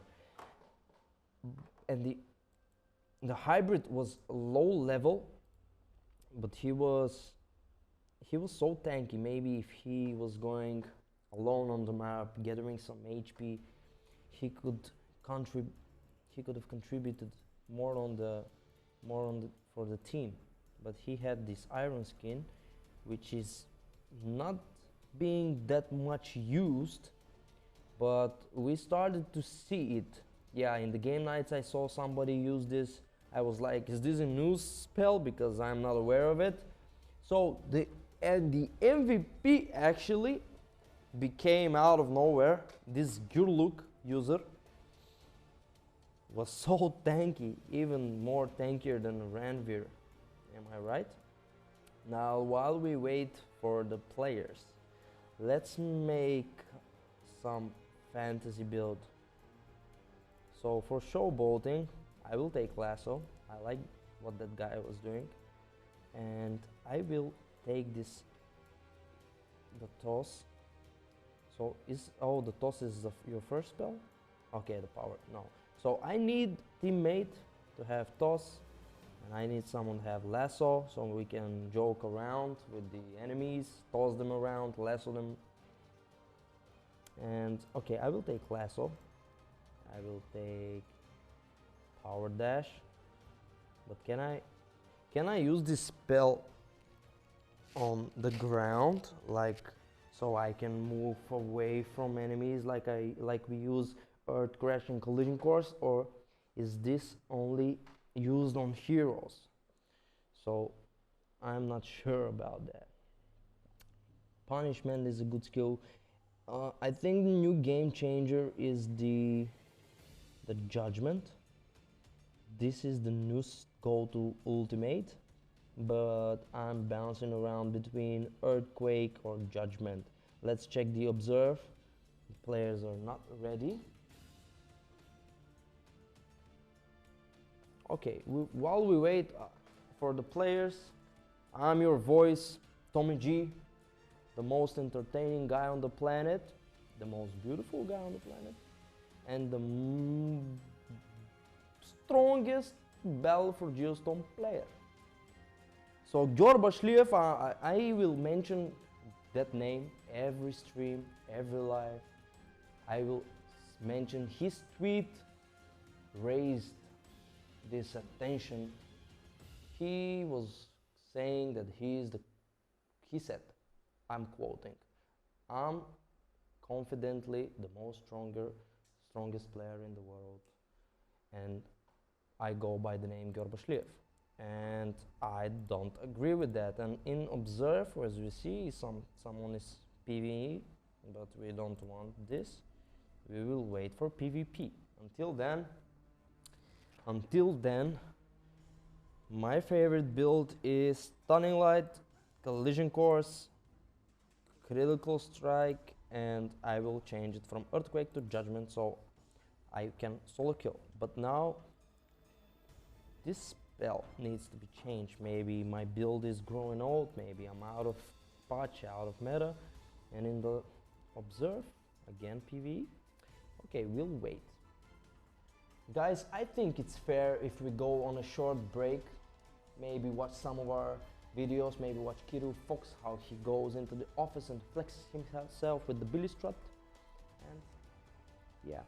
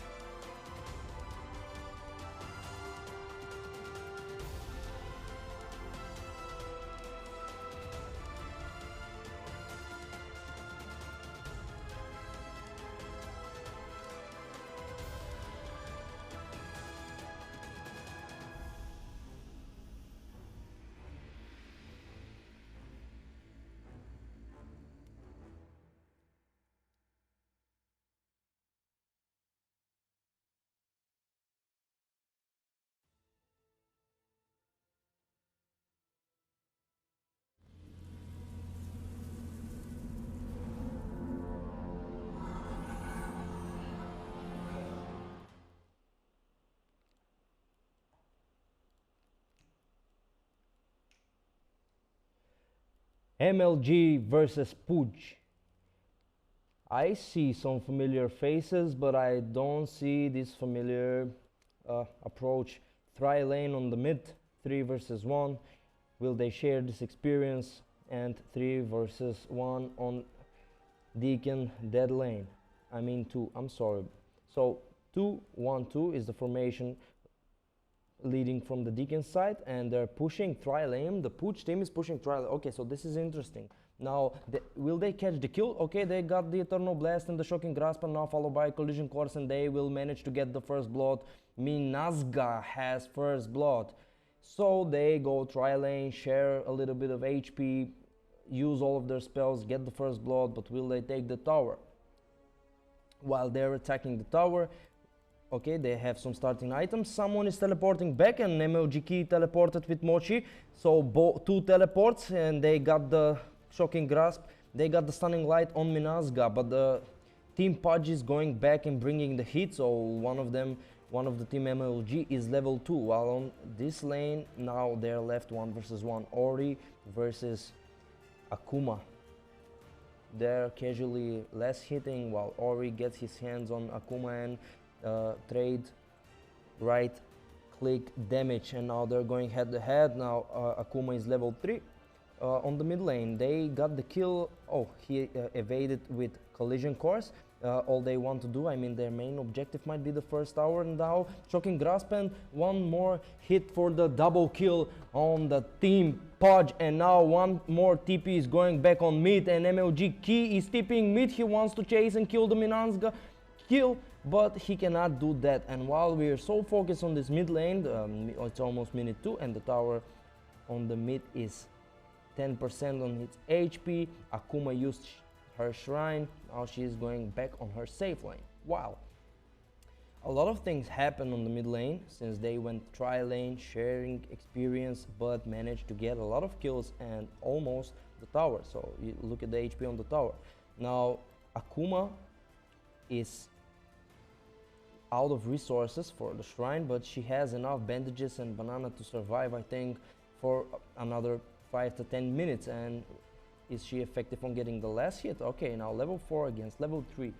Now Shocking Grasp, level 2, Punishment and Critical Strike. I think that one Shocking Grasp and maybe 1 or 2 hits can get the kill on Ori, but how will she do this? Shocking Grasp, another. Okay, so Ori managed to Shocking Grasp stun Akuma, and now Minazga is dominating. This guy hasn't left his lane, is on 40 HP, managed to get another double, dominating, and they took the mid tower. Tier 1, minute 3, 6-2, Team Pudge got this early lead. They are, the positioning, the approach is kind of weird in a way, but up until now it's effective.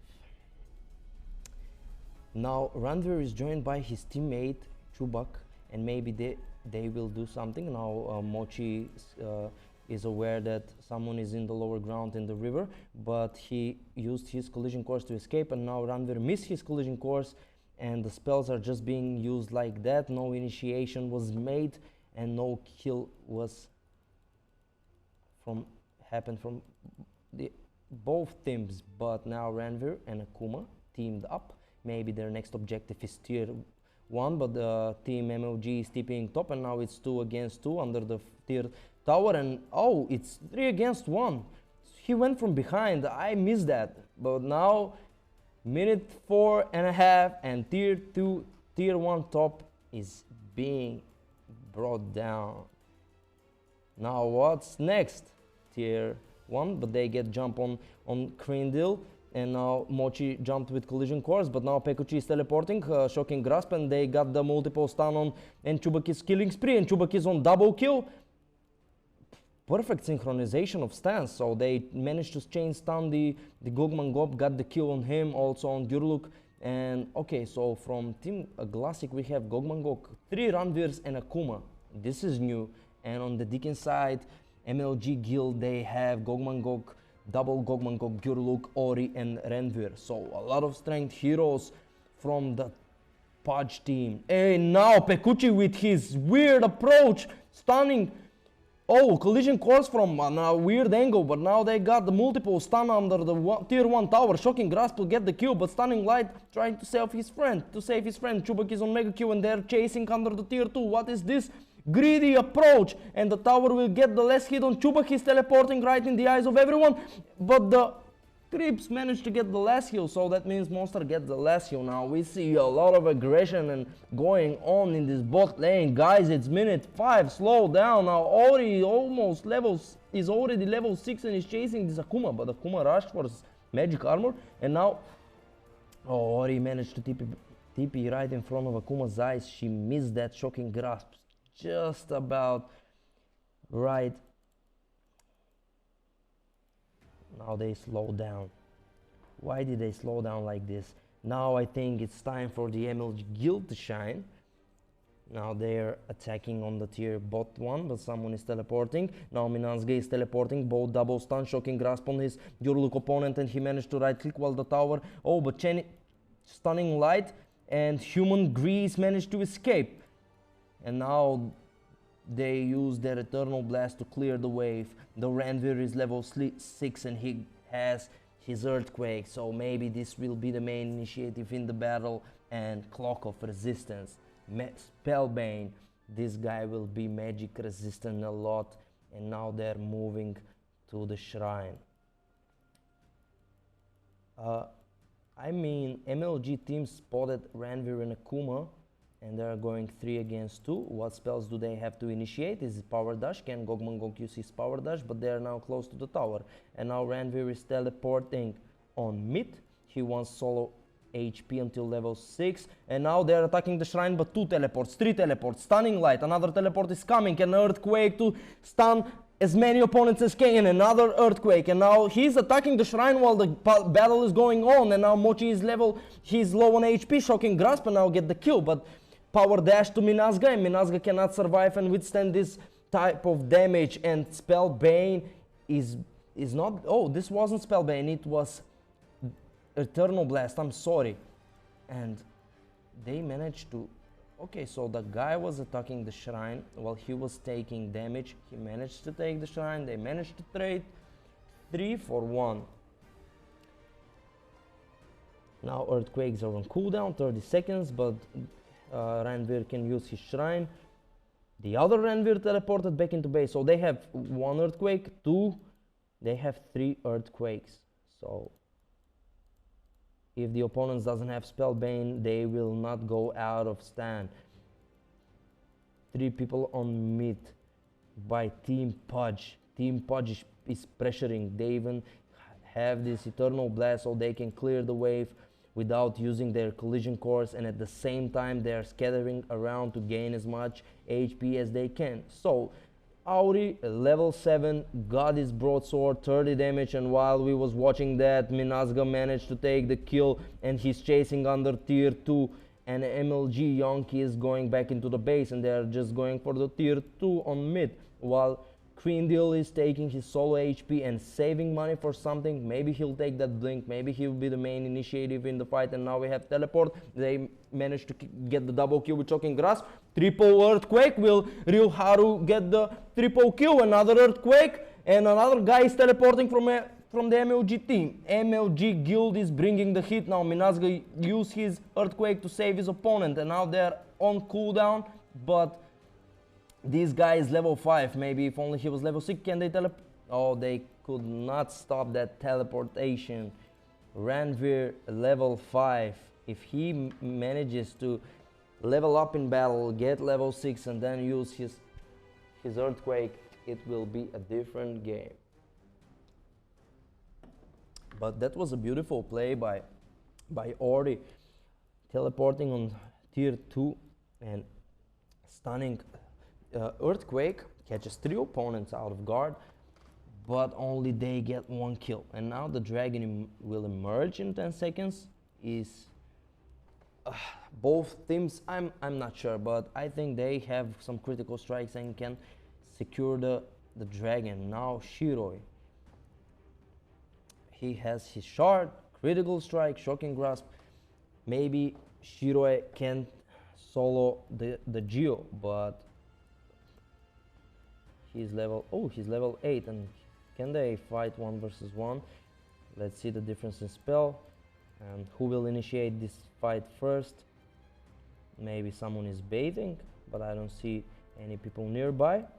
Well, that being said, we see a double collision course, but Stunning Light Earthquake manages to catch 2 people, and now Mizanga is on killing spree, and Pekuchi managed to kill.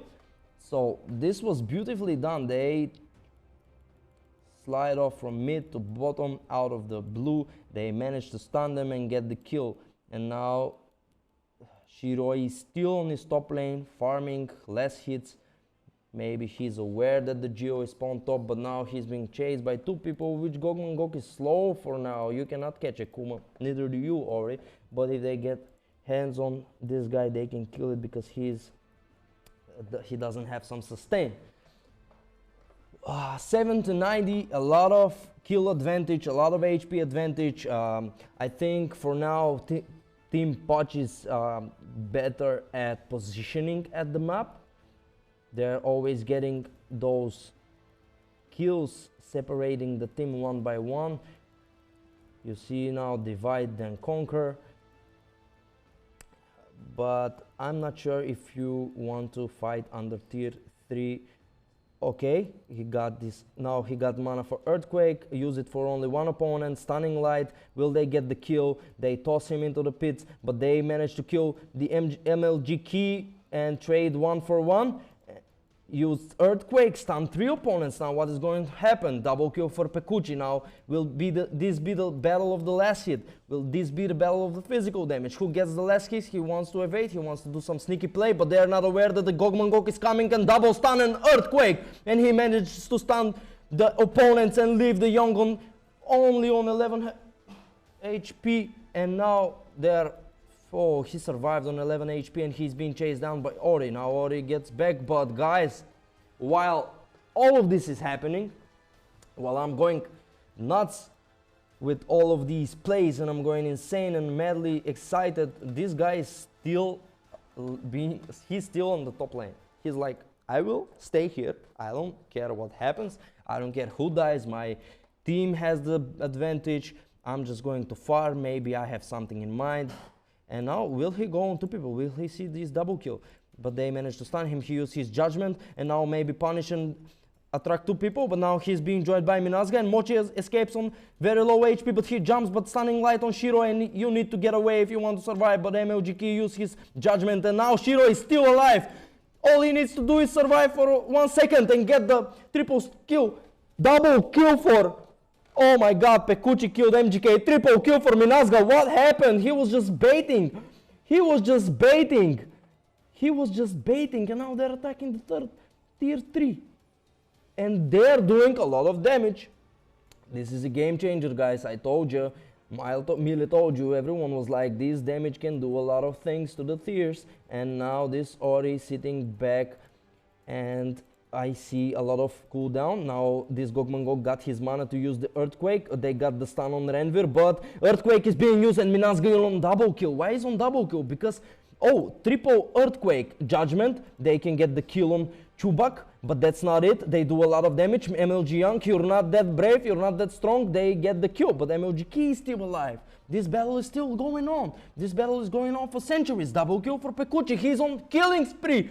And will this be the last thing we see from this game? Minute 14. Guys, they are attacking the throne. They are ignoring the opponents. Now one respawn, but they're getting the kill. Minazga is on mega kill. He's on streak, and now where is the Akuma? Oh, Shiro is here. He is just ignoring the kills, but he will go right into the midst of the battle, drag his opponent into the pits of hell, gets the kill, gets their hand. Team Pudge is on this big advantage, farming kills under the throne. What is going on now? Mochi managed to stun Ranvir, Stunning Light, chain stun, get the kill. After a year, they managed to push away the opponents, but Shiro is not afraid. He used his punishment. Now he got his critical, but he's being stunned by Stunning Light, and now he's low on HP. And how will he recover from this? He He has 4 magic armors. Dude, buy something for damage. Don't be shy. Buy something for damage. 30 damage, 40 attack speed, 65 damage. Go farm some gold. But I think now the next step will be, where is the Geo? I need the Geo. Yep, he's going to scout it. Now he can't be spotted here. They need to push this lane so much, but now he's being followed up by his teammates, and this is a safe Geo. This is a safe Geo, and the Geo doesn't want any more company because he will start unleashing his AoE spells. How much damage? Okay, so use critical strike. This is OP for now, this spell. While they are securing the Geo, who will take the Geo? Okay, so Chubak picked the redstone. Okay, the Akuma doesn't want to be slower, so it's okay if Chubak pick now. The positioning of Team Pooch, look at this Ranvir is standing here, they're waiting. They know that they're in advantage, but they don't want to gamble that. Don't gamble in Battle for Giostone. Like, if you lose position, you can always lose the game. You're level 9 and you're starting to attack the throne. They're level 7, they respawn in 15 to 10 seconds, and now Pekuchi jumped on Mochi. He managed to double stun him, but can someone manage to stun Pekuchi, and he unleashed his earthquake, and another earthquake being, everyone is stunned, but now, change of events, after the stun runs out from earthquake, they will go into the base, and I think with this type of physical damage, stunning light, okay, let's go back to the fight. Now double kill from Minazga, and another earthquake is being unleashed, and everyone is dead from the opponent team. And team wipe, will we see team wipe? Team wipe, and Minazga is on double kill, and now I think they can secure the throne and get this win in such a fashionable way. What an awesome game, guys. Shiroe MVP, well played, guys. I'm honored to cast this game.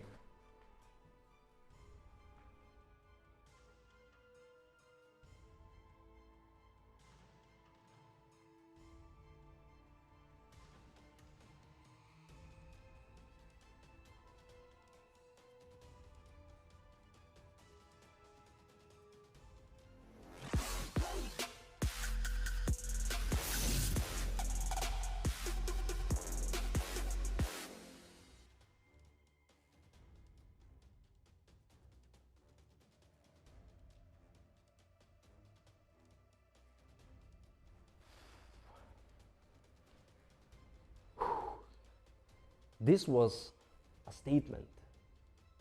3 round. Wait. Okay, let's go back. So the gap in kills, huge gap in kills. Positioning, huge.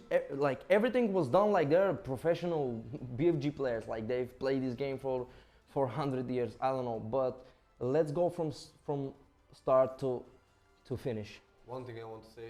Okay. Minazga on a different level from everyone else. I think the game. He was Ranvir? Yeah. Okay, 3 Ranvirs. Okay. I don't think I've seen that lineup before. Did they have nope, before? Nope, first time, 3 Ranvirs. Yep. Everything was so great, so good.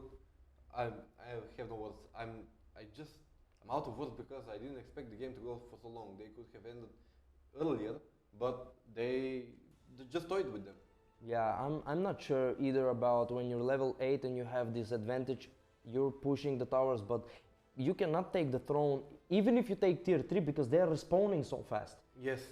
And if you lose continuously like that, they can change the game. But they was aware of that, I must say. Of course they were aware. Yes. They were just having fun. It was so pleasurable game to watch. Mm-hmm. Everything was so great. I think so. The team that lost, sadly, I think the supports let them down quite a bit. The players were not existing in the game. Mm-hmm. They were just being muted. They was just being muted because they were so burstable. Yes. They had 3 Ranvirs with 3 earthquakes, and the opponents had like 0 spellbane, so you cannot evade the earthquake stun. Yes. Even if you stun the Ranvirs, the stun will run out. They're tanky. They will stun. They will chain earthquake stun you. They didn't get the chance to do anything because the difference between the competitive of the teams was just light years away. I don't know what to say. It was a pleasure of the game Okay, to watch a massacre. let's go back into the tri-lane approach in mid lane. I was like, what are you doing, guys? But they proved me wrong because they managed to get first blood. Someone from the MLG guild TP'd on mid. They Yes. killed him. They made how can I? Rotations. Yeah, rotations, and they left the tower on 100 HP. And Uh, after that, they was like, cool, we already got the tower. I think that was a statement. Yeah. That was definitely a statement to tell them that they can hurt them early on, and it was proven to be correct. I want to know that I liked the throne play so much. There were so many fights around the throne. It was just so pleasurable to watch. And also the space that they created for show for the guy Sure. for the Akuma. Yes, His name was Shore. sure. Shore. Yeah, Shore. Shore. His name is Shore. So he was maybe 7 minutes on the top lane, just casually less hitting. The Ori was trying to prevent him from doing his play, but the Ori was like, I'm not sure if I can take this Akuma with 4 magic armors and level 8 or 9. Yes, this game was a statement how the tactic should have gone in the previous game. If you Oh remember. yes. He farmed what was the tiki taki Taki Taki. taki. Taki. He had a similar approach. Yeah, and he but- had the similar space created for yes, him. but the team I think let him down. In Mhm. this case, we've seen how it should have been done. Yeah, and also when you pressure early, like minute 1 or minute 2, some lane, of course there will be rotation, Yes, and that's maybe a step ahead of the opponents. Like, I want someone to rotate, I want someone else to rotate, and the main thing for the first 10 minutes will be space for this guy. Then we have level 6 and we use 3 earthquakes. I need to rewatch this game like 2 or 3 times, like patiently watching to understand to the motives understand, behind because the movement. because I'm not sure what was their we missed something. I'm sure that I missed something. Yes, definitely. The game was a thrill to watch in every aspect of the game. I think the viewers had so much pleasure to watch the game. Like I said before, I liked a lot the fights around the throne, just barely keeping it alive. And after they won the fight, they had injuries, they had 2 deaths. Yeah. And what did they do? Did they keep pressuring until that? No. They just went back like professionals, took the Geostone and end the game. Yeah, I'm not sure that the MLG team passed on the other side of the map. I'm not sure either about that. This was I just think at one point in the fight, but that's and the it. position. Okay, so the Potch team made a statement how to pressure and how to position and how to create space in this beautiful manner. Yes, yes. Huge statement. Control of the game, control of the map, everything done correctly. My favorite so far, and I think they'll win. Yeah, They'll be and playing the final tomorrow. okay. That's my bet. I'm amazed by the way that they had advantage A and they wasn't rushing for the Geo. They was like patiently waiting. Of course, like I said, they were professionals in every aspect. They didn't get greedy. They didn't get Yeah. impatient. They played their strategy. They played it so well. What do They you had- think? Will we see some other team going with Ranvers? Like maybe someone will try the copycat. Today, not so sure. But Why? maybe tomorrow they will try to Okay. copy it. They need to Okay. practice this. Okay, so this was a statement in pressuring, positioning, casual less hit for 10 minutes by the carry, try lane on mid, don't try this at home, and the team Patch secured their win and going into the next. So And they made a huge announcement. We are here for the win. yeah, I feel the same. So They made sure everyone knows Yeah. about their level. yeah, they made a statement on how to move on the map. And what do you think? Tier 1, minute 2, with also followed up by some kills? Uh, they cut them off guard. That's my bet. I don't think they expected that. It was an off guard thing. If they expected something like this, I think they would prepare better.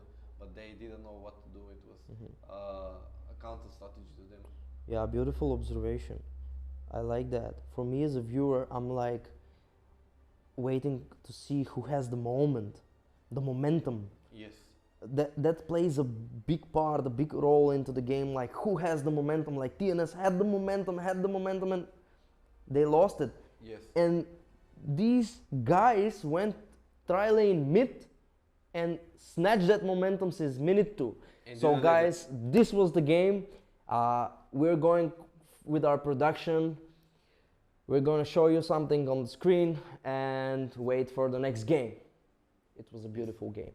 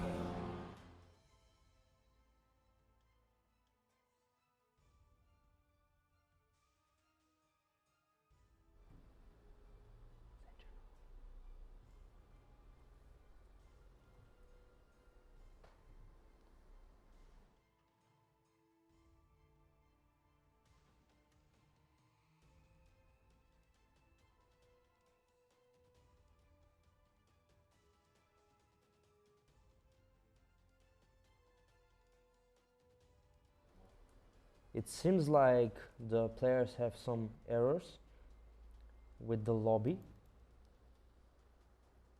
and I will disconnect and connect again.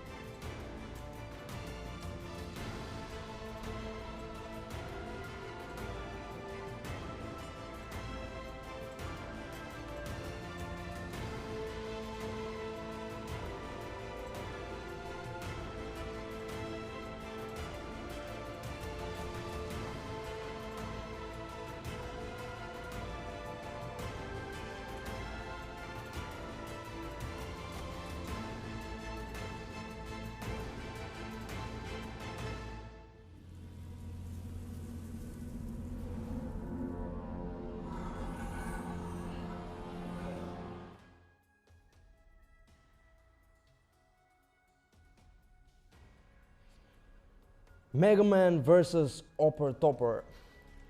Game is about to start. And let's take a quick look at the draft at the peak. Ranveer, Ori, both Akumas and Gogmangok. They're going 2-1-2. Their line approach, and on this side we see Ori, Ranveer, another Ranveer, Gurluk and Akuma. So let's just be patient, and because of the Biancat, I remember some of these players. So I wish luck to both of the teams, and let's go.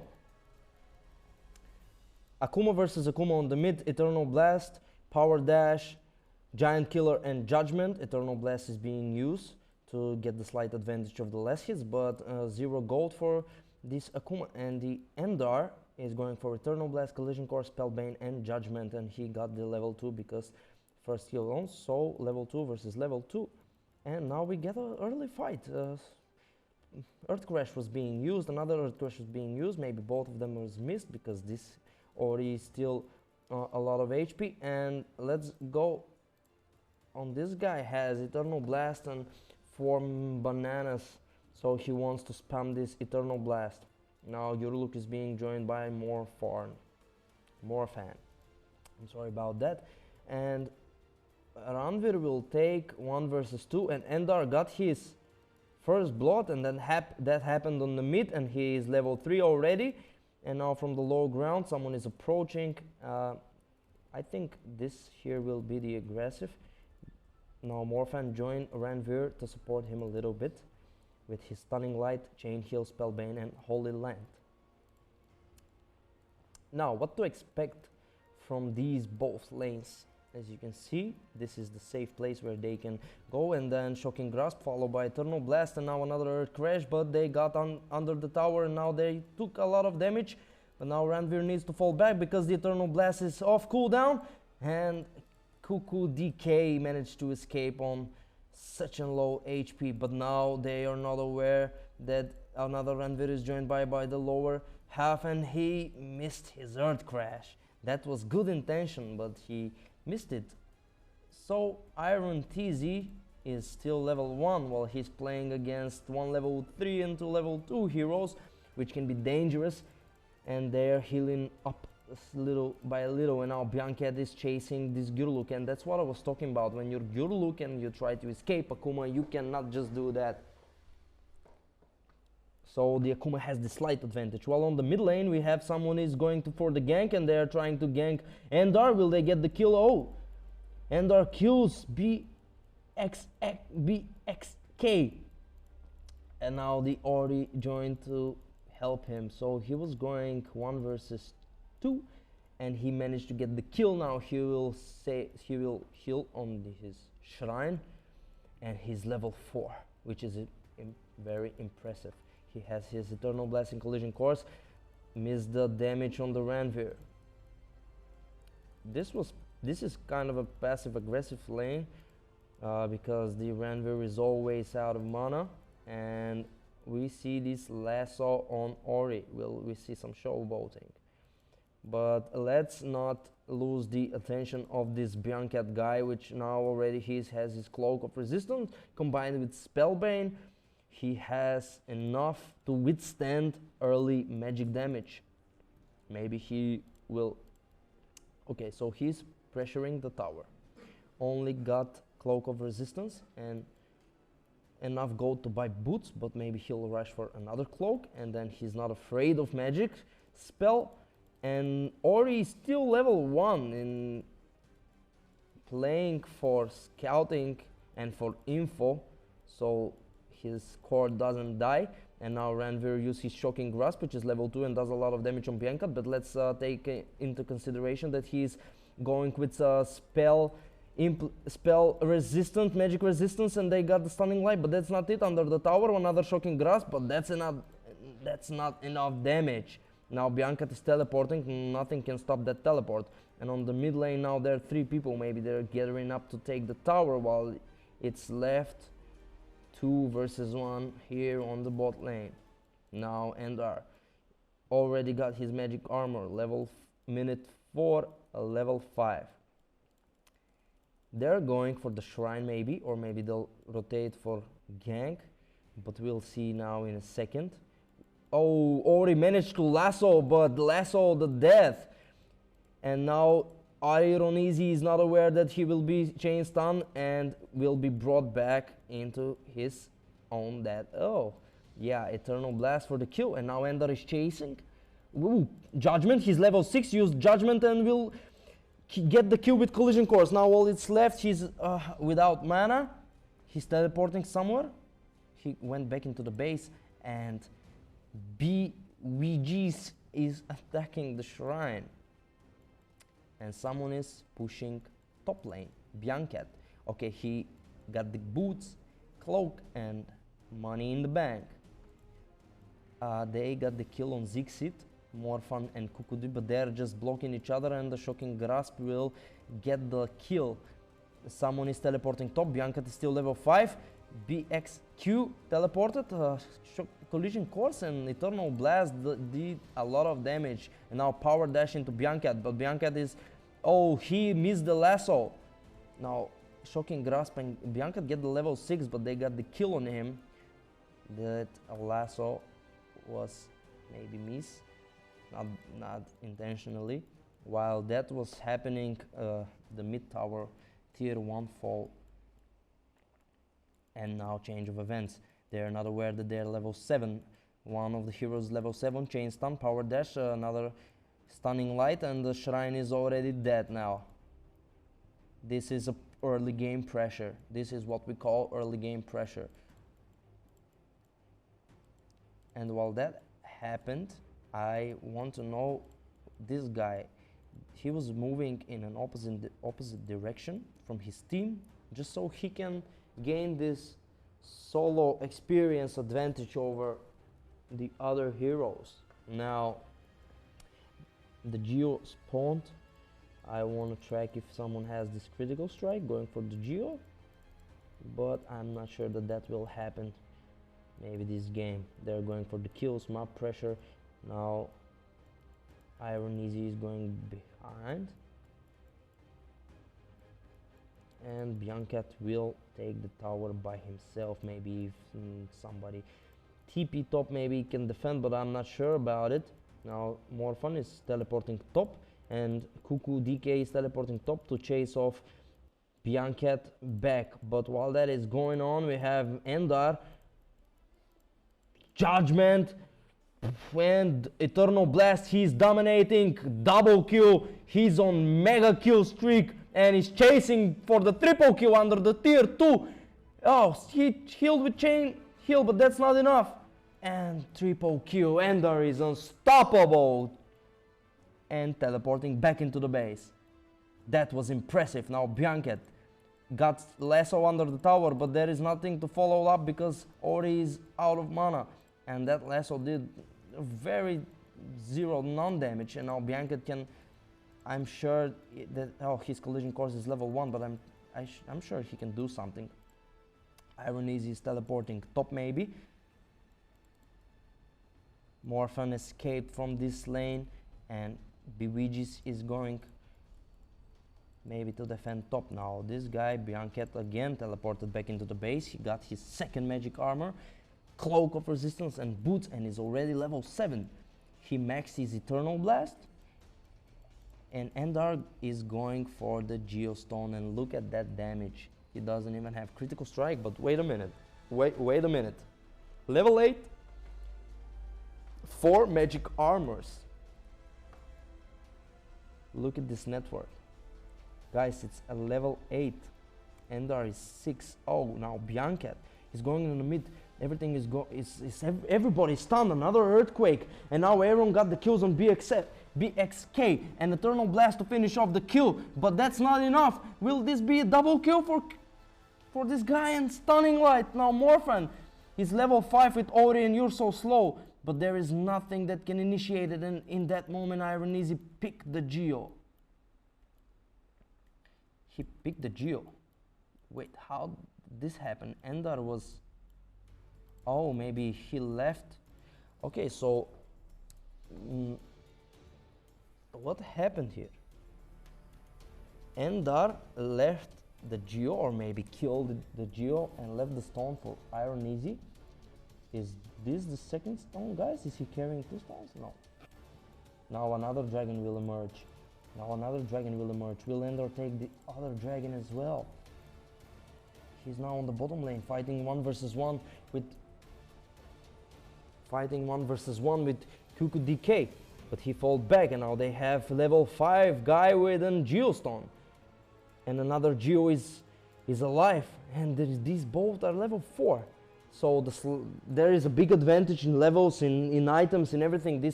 And Biancat has cloak and magic armor, but let's take a look at Endar. We need to track now. BWGC is going to track the dragon, but I'm not sure if they can take it. Maybe he will die from the dragon. No, you cannot take it by yourself, but he wants to try. Let's take a look at this. What is actually this guy's plan? You cannot take the Geo like that, or maybe you just wanted to meet and greet the Geo, like, hey Geo, I want to be friends with you, but now I'm going back home. But now the bad guy is coming to the Geo, and this guy doesn't want to meet and greet the Geo. He wants to hunt the Geo, and maybe he's just scouting for Endar, the strongest player on the map at the moment. He got his shard, now Spellbane, and now Stunning Light upon BXK, but now Endar is jumping into the pits of hell, and he stunned 3 opponents. He's on monster kill, Earthquake, followed by Earthquake, and just physical damage is going to finish the off and double kill for Endar. He is godlike, and now all you can do, you know where the dragon is, you can heal, you can take the dragon and maybe end this game, because you are in advantage. And now another solo kill for you, Collision Course, Eternal Blast, and triple kill for Endar, beyond godlike. Someone needs to stop this guy. Somebody out there, please call 911. I'm just kidding. He's unstoppable. But he knows the dragon is standing all by himself. They scouted it for him. He's level 10. Will he take the other Geo, or will he just go for kills until he sucked out the competition out of the enemy teams? And he spotted the BXK Judgment, but he gets the stun, and he gets the double stun, and they killed him, and Ender is beyond godlike. Now Morphin is joining up the team fight, but used by Earthquake. What can this guy deliver to us? And double kill, and he's standing alone, and now he's joined by his team, and Aaron took the kill, but Endar is just going again. Earthquake, I think the Earthquake only got 1 people, and now Morphin, maybe he just wants to lasso, but he's out of mana. He is out of mana, and this guy is casually walking with the stone, and he got his item, Rune of Teleportation, and now his job can be done properly. Blink, Earthquake, and do your job.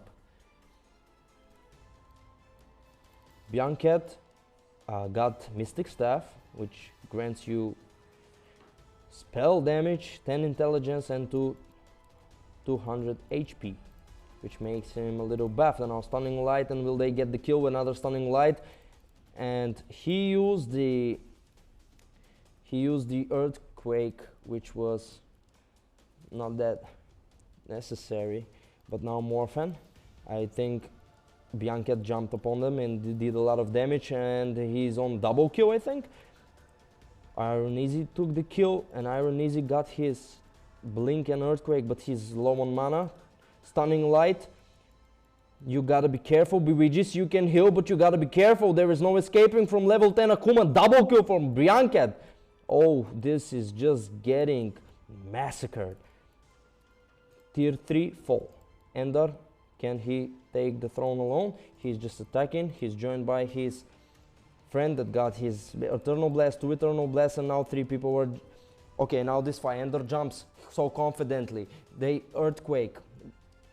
There is no time for me to call the spells when the heroes are so low on level against the enemies. While I say Earthquake, there is double kill. While I say Eternal Blast, there is Rampage, and now the throne is falling, and double kill from Endar. Will we see the throne?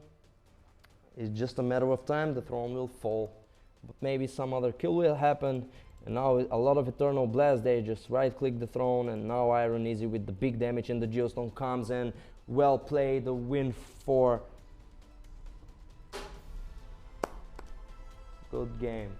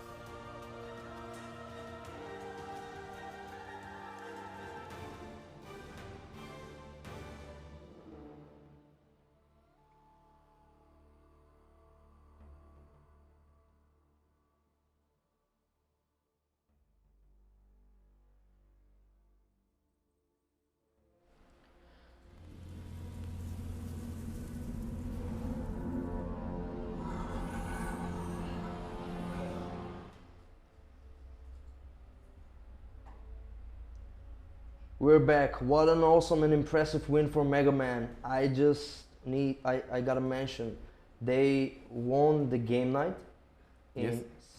such an awesome way, and now they're back at it again, and this is the second team that is doing the statement on how some things should be done.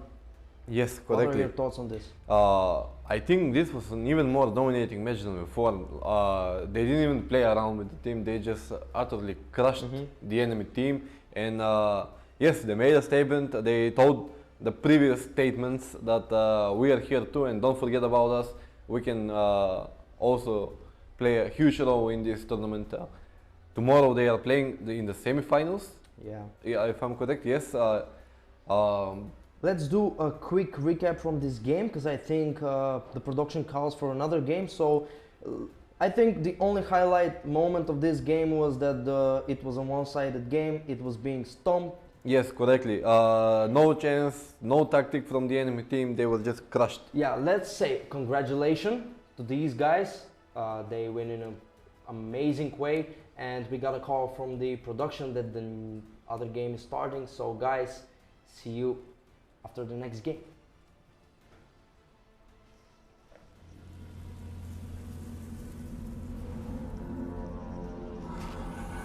And we're in the game. Okay, while I was doing a recap out of the games, we have the Fakutop and the Sheesh Bish. Okay, Sheesh Bish are playing against Fakutop, and 1-0, and somebody got the kill. And okay, let's start from the beginning. Akuma, 2 Gurluks, 2 Ranvirs. On the other side, Ranvir, Gogmangok, and 3 Akumas.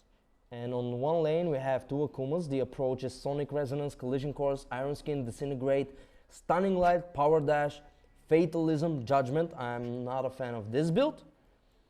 And on the middle lane, I see only one guy. Okay, so Ranvir for mid versus Ranvir. Skill build, Eternal Blast, Collision Course, Spellbane, Earthquake. And versus the same build, but only Braham started with Thief Gloves and HP Potion, and he's being attacked.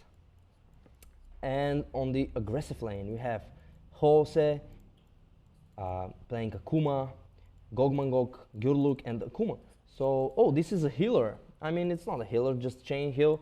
And on this side we have Eternal Blast, Collision Course, Critical Strike, and Earthquake. And Stunning Light, Power Dash. But somebody is teleporting on bottom. We have 4 teleports. Okay, 4 teleports, bot lane. 4 teleports, bot lane. What is their goal?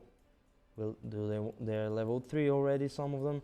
They want to pressure behind tower. I think they can stun Jose if they get him out of position, and they manage to stow a lot of triple light. But now the enemies are teleporting back on the bot lane, and now we see a lot of chain stuns with stunning light used. They're being forced to get behind the tower. Jose is being pushed back. Now Chedric Mystic is teleporting back into the base, but can someone defend that? And what is this going on now? Creeps, aggroing, damage. Jose is still alive with the Akuma. And now the Ranvir level 4 cannot sustain this damage, and they got another stunning light, and Jose killed Trezik. And minute 3, and this is going on, guys. Okay, Eternal Blast, Monarchy, Braham. The tower is just doing damage, but they're also doing damage to the tower. And now this Gogmangok is circling around the tower. He's like, what should I do? What should I do? But I will stunning light, and then they will get me for this greediness of mine.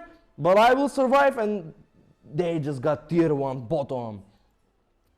On the other side, we have Akuma that was solo, but I'm not sure if that will pay off. But we'll see later in the game. Okay. This happened so fast, and now they're jumping on the Akuma GBN. They managed to stunning light him.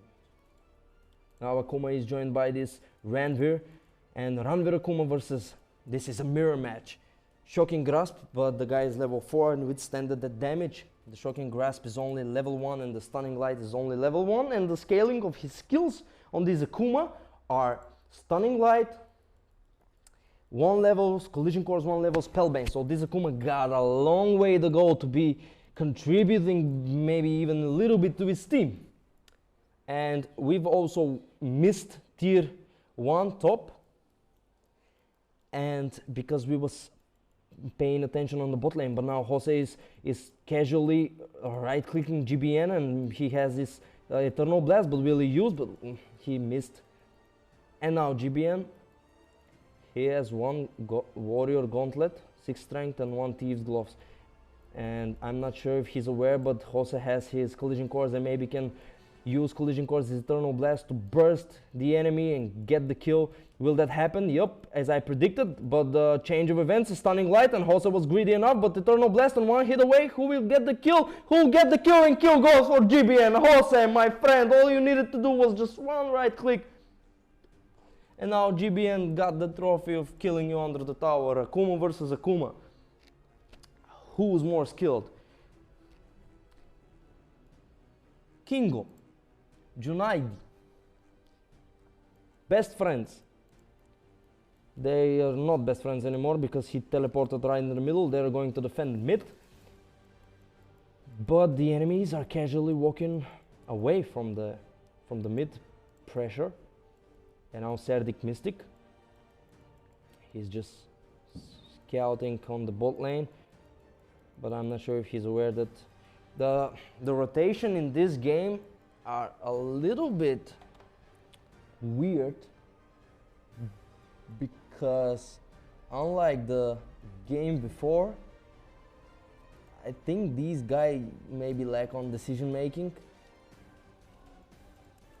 Because I'm not even sure if the spells are synchronized that good, and they want to attack towers, but I'm not sure if they want to fight. And now they jumped in both Stunning Light, so Earthquake now comes mono with his level 6, and maybe he stunned 4 opponents, and now he's just left them on 5 HP, and 1 guy managed to get away, but the others will fall victim to this Earthquake. And now GBN and Serdic Mystic with the Stunning Light gets the kill. Impressive. They managed to kill 3 people. I told you, bad decision making. And now if they take this second tier and maybe take top tier 1 and Shrine and mid tier 1, and the game will completely change. And now double Stunning Lights, both of them are stunned. Healing, chain heal, he managed to heal his teammate, but another Stunning Light, that's enough and damage to kill level 3 Gogmangog to kill Ranvir with 2 clock of resistance. Not 1, 2. Not 1, 2. Nope, you cannot do that much of a damage. The shrine is healthy. This shrine is healthy. Kingo. I will give advice on Kingo. This build is not working. Oh, right now they're just mirroring. If they're just trying to catch up when someone goes 3 bot, they try to TP and defend, but they're always losing up the fight. And yeah, the Deacon side is gaining a slight advantage over time, and they are taking tier 1. As I said, you give up tier 1 mid, you give up the shrine, then you're out of position to fight. And now we're seeing 2 teleports and another judgment, and followed by stunning light and chain heal. The Gurluk managed to chain his opponent, but someone is attacking the shrine, maybe ignoring the fight, but we've seen a lot of sustained fights, and now triple stun, and now Mona is just right clicking this another Ranvir and got the double kill. Stunning light, disintegrate,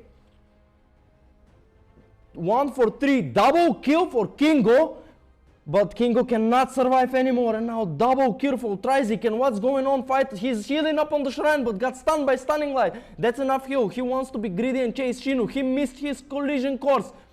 He only got sonic resonance, and he missed it. He put it behind him, and now Trizik is chasing him, but Trizik doesn't have any stun on him. Oh, stunning light. But now he's being slowed by power toss, by punishment, and they got the kill. But that sonic resonance was just out of order. I'm sure maybe he was panicking. I don't know. Let's see who is taking advantage of this space creating. I think this guy Mona now can... Okay, so he has his shard, but he doesn't level up his spellbane up until now.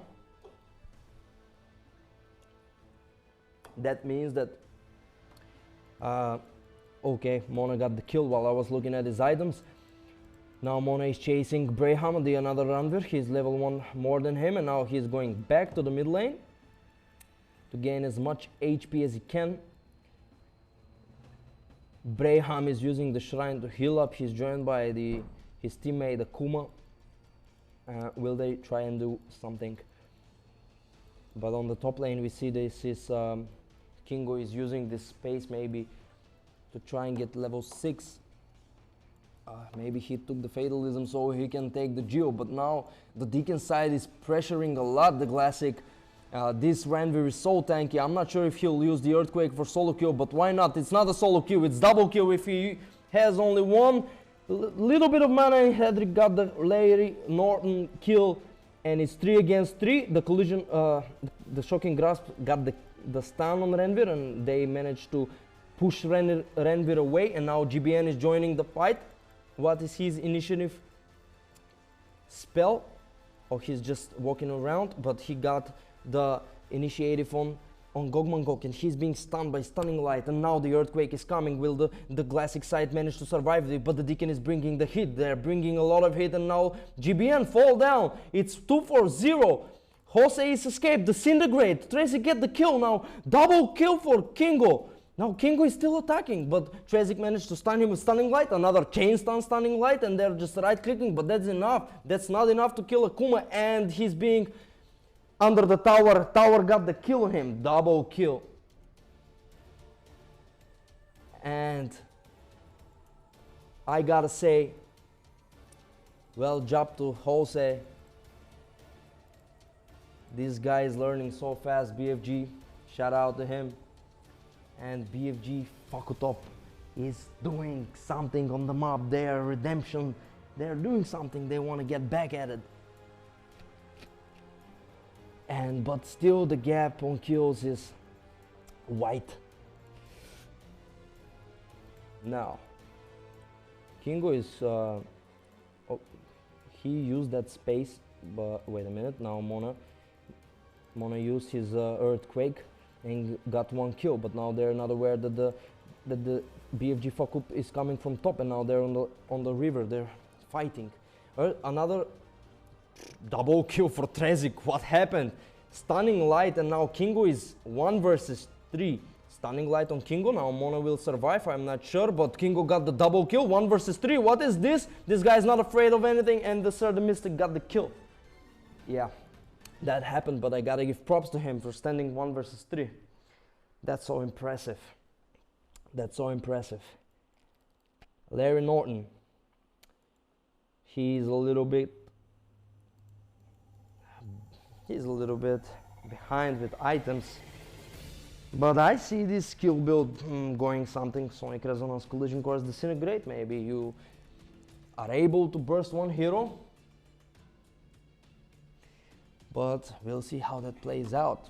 Nobody is looking for the Geostone. Why nobody is giving attention to the Geo? Can Larry Norton kill Ranveer? I'm not sure. This is a magic resistance guy.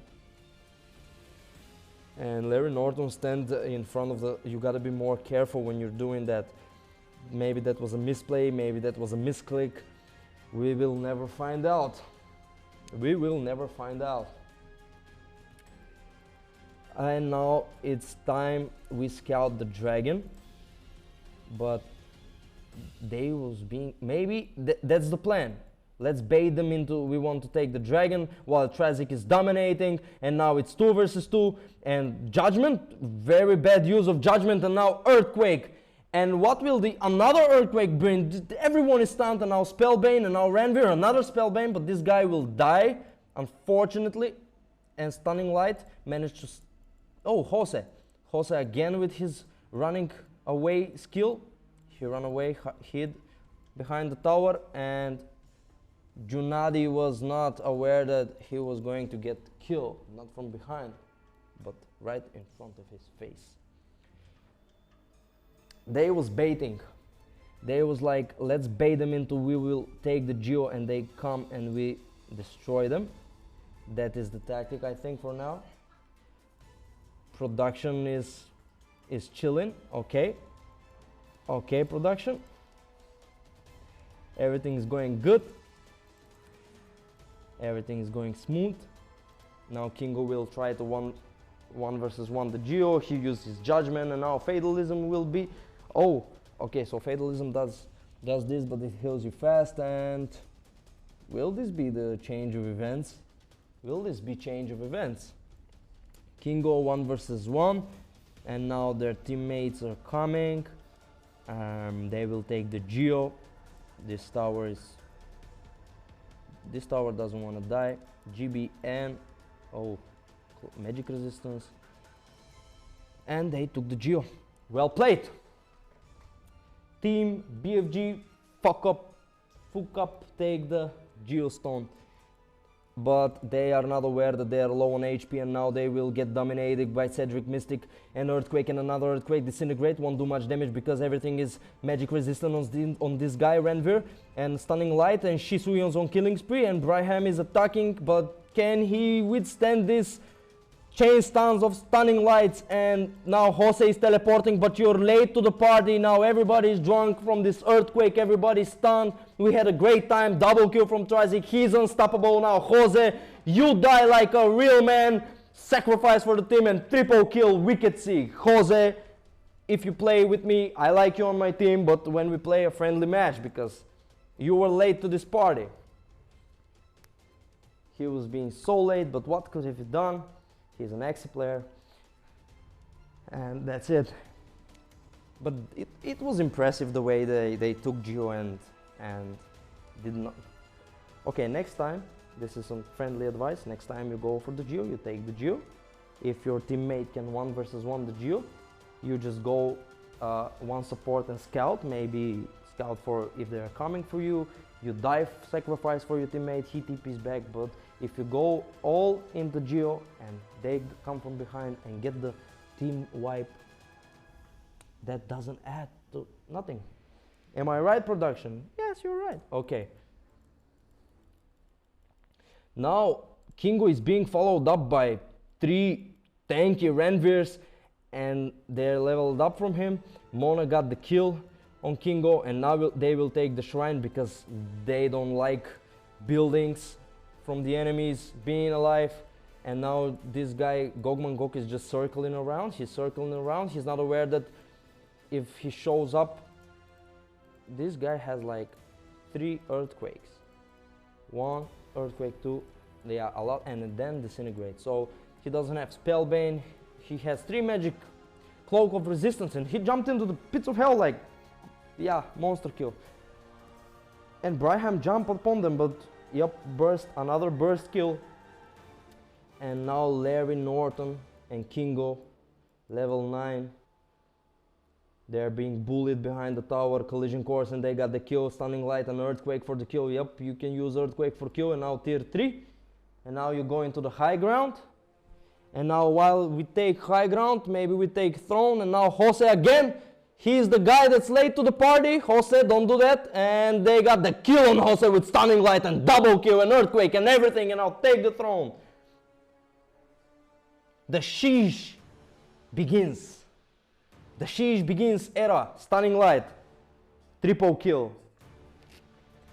And now they are all being confronted by Braham. I think he has some beef with the Sheesh begins team, but tries to kill godlike. And now, before the throne falls, we'll see maybe 1 or 2 kills, but I think that's it. And MVP, Mona, maybe Lisa, and the victory goes to the Sheesh begins.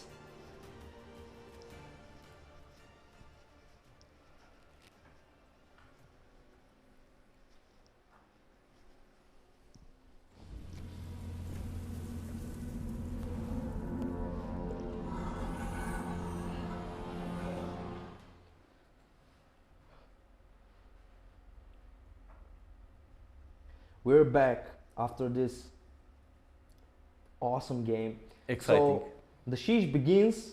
Maybe their nickname, their guild name is some new beginning of some era, like the Sheesh begins. Amazing queen, congratulations guys. I like your play style. I just want to say something to one of the opponents, Jose. He's a good friend of mine. He's from Philippines, a great guy, so smart. He was playing Axie with me alongside. He's top 50 player, and he's transitioned to BFG Moba game. I know he's new to this. I just want to say congratulations, Jose. You're always welcome playing by my side, but you're always late to the party. It was an amazing game, nonetheless. Very good entertainment for all the viewers, because it was simply a joy to watch this game. It started very active on the bottom lane with a lot of fights, a lot of kills. Then both teams transitioned to the mid phase, where they continued their face-off. They fought hard and they farmed a lot. I'm not sure if both teams transitioned to anything, because I think that only one team transitioned to something. They were holding good on the beginning, to be honest. They were holding good, but then their tactic just fell apart, and it was a massacre after that. Okay. But at the beginning, they were holding out. Let's agree to disagree. I think that They showed spirit. You have to give them that. Yeah. They were holding on the Props beginning. to them. Props to them. But again, now I'm kind of getting to understand how to get an advantage in this game. Okay. There is either you go for the early buildings, early kills, or space creating, but I think that you need to do something early game. Like, since the game begins, you need to have some create pressure strategy. But there is always a risk with that strategy. If With you, everything there is risk, but I if think you go for an early fight, you risk losing a fight, and then you risk losing the game, because then you're behind. Yeah, and but you have not just fight. Maybe force TP. Do something. Be active on the map. Don't just like stand on the lanes and casually last hit. Well, of course, the because rotations are always needed. always there are some people, some opponents, like these guys that won now, the Sheesh Begins guild, yeah, the Mad guild. Yeah. They have bad intentions. They have bad intentions. Like they want to win Of They course. want to bully.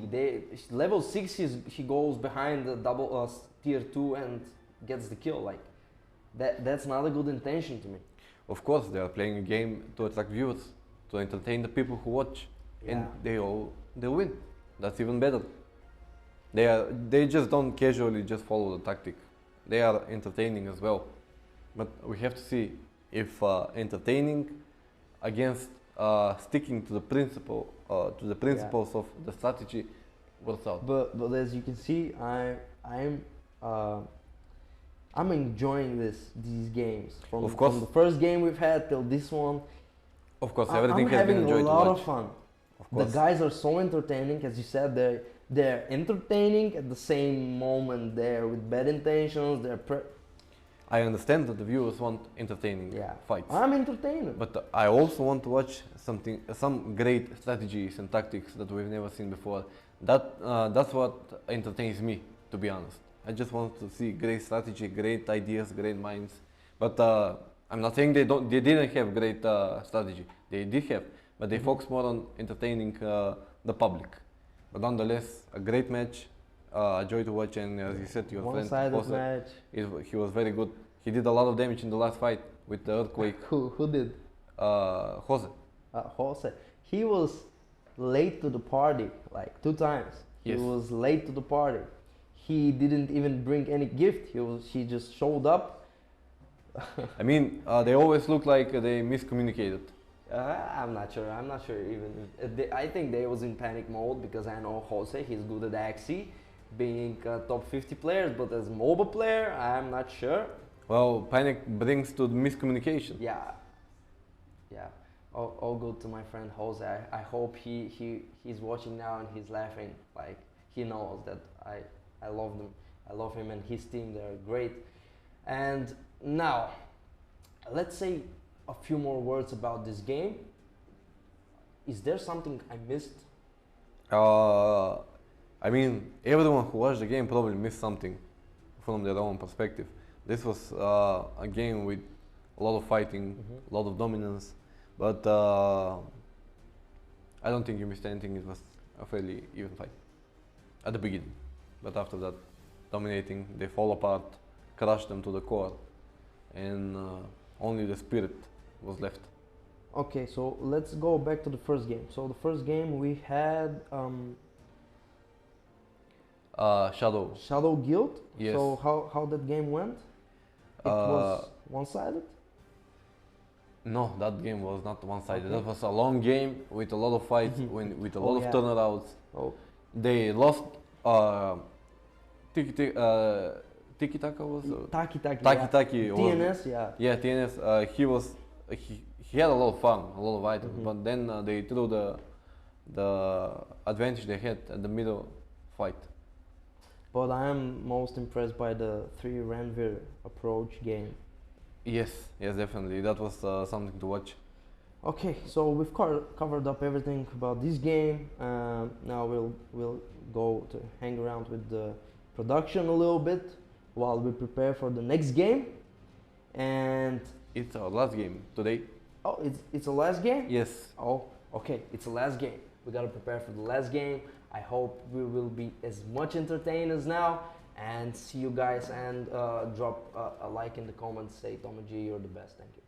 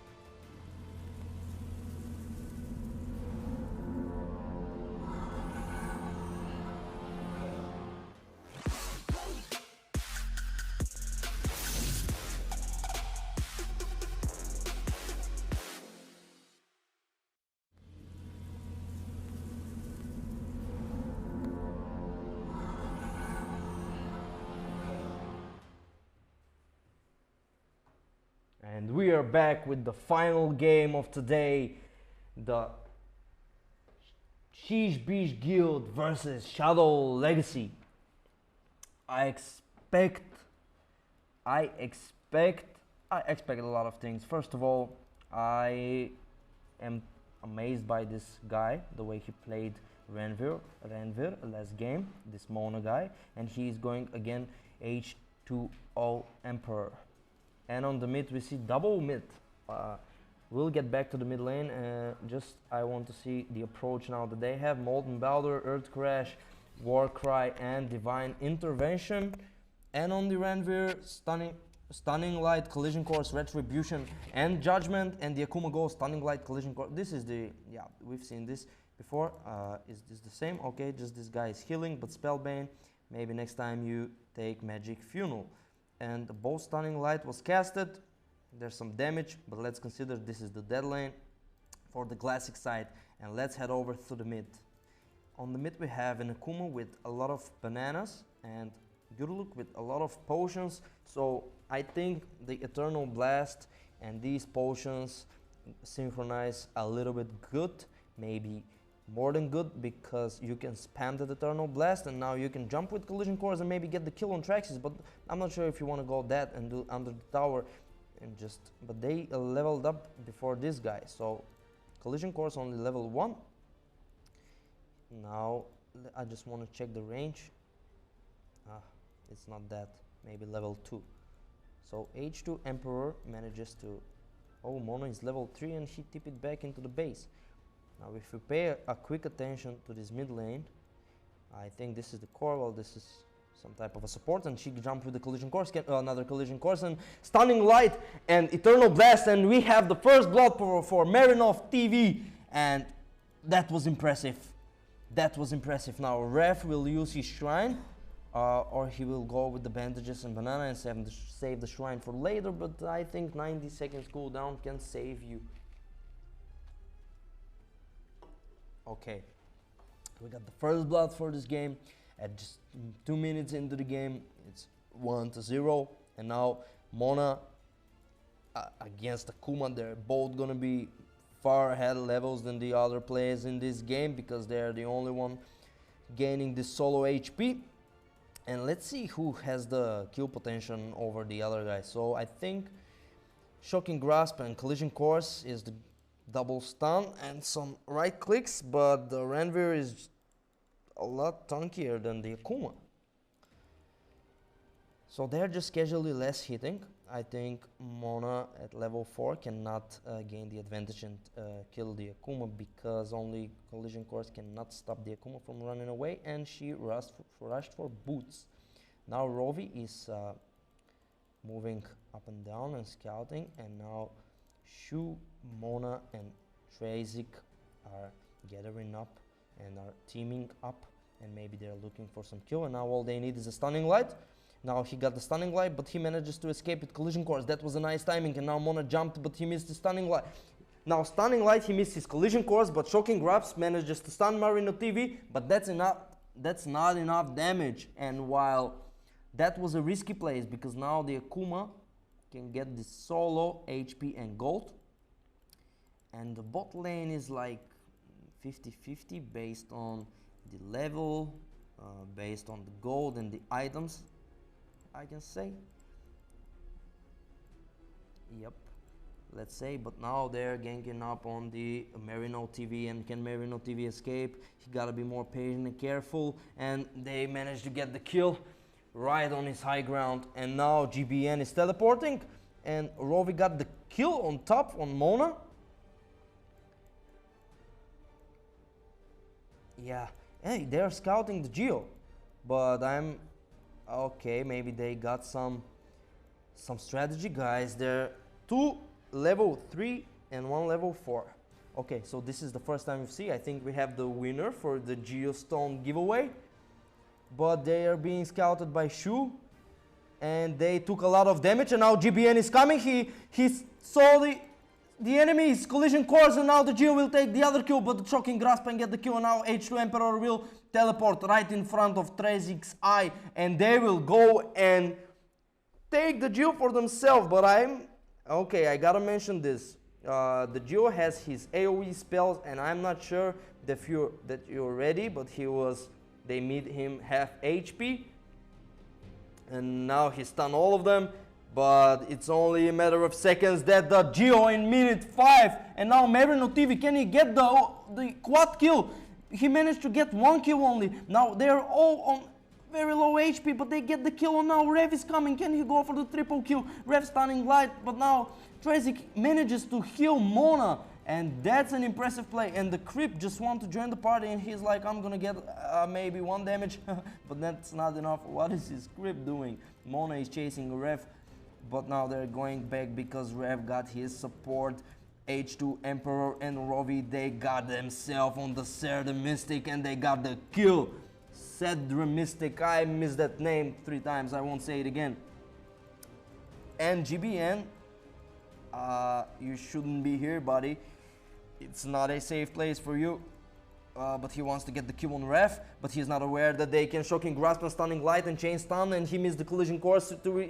That was his only escape go-to. But they got the kill. Stunning Light, he can survive for a little bit. Will this be called a juke? But he wants to get as soon to the shrine, and now he used the shrine. No, he didn't use the shrine. He just got lucky that this guy Stunning Light is only level 2. And now who got the Geo? The Geo got Shu. Shu is walking around with the Geo. And now we gotta be patient. Maybe okay, they're going behind. Marino TV will give a call to his teammates that are sitting bot, but now they're for Stunning Light, and another Chain Stun will be see the kill, but Earth Crash cannot help you evade this, and Rev used his Stunning Light to stop the going for the furthest kill.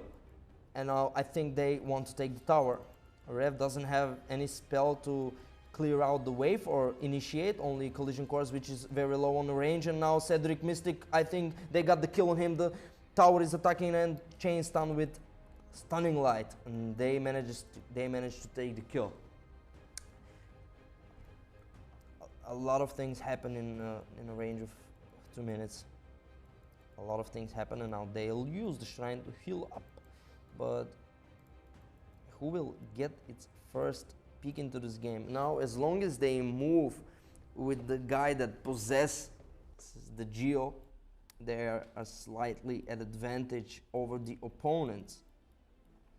So who got the most gold? It's Marino TV. From the Deacon side, and from the Classic, it's Mona, and Shu is almost here. Oh, almost. Okay, almost. Now it's a fight over the mid tower, or maybe overall fight over structures. Who will be the pressure on the map? Yeah.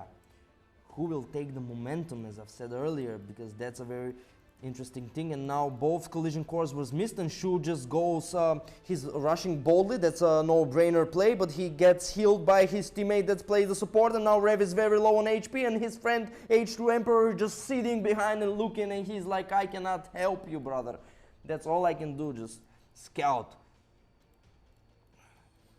Yup, and the other dragon is respawned back top. Does someone have the courage enough to go and take the Geo now? GNN is farming his solo HP while Rovi has only got his boots.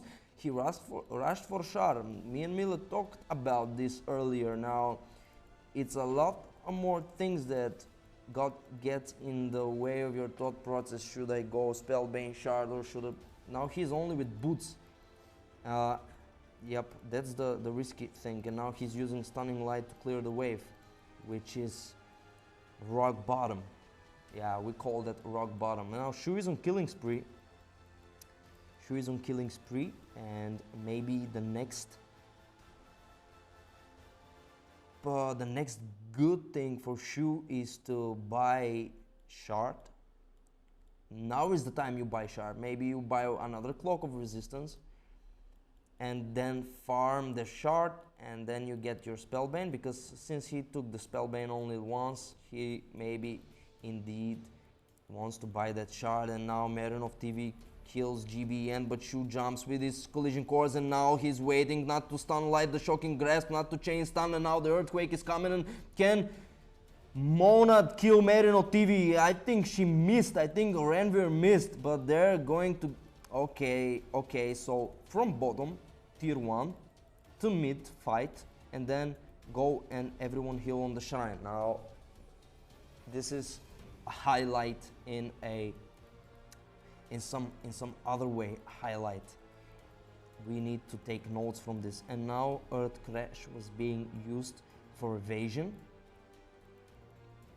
and Rovi is still using his stunning light to clear waves, while here we see one level 5 Ranveer with only magic armor and boots, and one level 8 Merino TV. So I think this is the build where Juruluk was tanky in the previous game. Oh, they are going to scout the second Geo. I think the Geo contest is being cleared. Okay, let's see how this plays out. So while they're at the Geo, GBN stands here for triple stun with collision course, and now Shu is rushing in with his earthquake, and now what can this earthquake contribute to the team? A double kill can contribute another stunning light, and Shu is very low on HP, and they managed to take the Geo, but his stun Merino TV is so low on HP, and he manages to take the Geo. Now double kill for Merino, but stunning light, he cannot last that long. Mona is chasing Merino, he reclaims his stone back, and now H2 Emperor is running away on 14 HP. 14 HP, he has his collision course, but he oh no, oh, they are out of mana. What an awesome play. And the Geo is like, what happened here? Why nobody wants to hang out with me? Like, the Geo is lonely, guys. Yeah, the Geo is giving like, look at him, he's angry. He's really angry. Okay, what happened here? I was like, they took the stone, but that's not much that they can withstand this damage. Perfectly timed earthquake and shocking grasp and stunning lights. And now Shu is waiting for Ref maybe to push under the tower, because he has all of his spells, but he cannot go a lot of range with this collision course level 1, and now Mona got the stone. And now this guy got the stone, but he hasn't used his Spellbane, not even level ups his Spellbane. Production, hello. And the Spellbane is not being used by Mona. Now Mona, Lisa, okay, stunning light on Ref. Now another stunning light with shocking grasp, and can they get the kill on Rev? But I'm not sure now. Rovi, oh, coming from the lower ground, stunning light followed by an earthquake, and another stunning light to prevent that jump from the lower ground, and Rovi got the kill on Cedric Mystic, but there are 3 people stand under the earthquake, and now earthquake is coming, and Soul Drain, I see Soul Drain. And now Mona is chasing Merino TV, but Merino TV got 2 seconds cooldown on collision course, and she can escape, and they are aware of that, and now they're circling up, gathering around him, and they want the kill on Merino TV so bad. But now he's getting joined up by this Gogman Gog that uses his Earth Crash just to get a slight bit advantage closer to Mona. Ooh, this gets me excited. This gets me excited.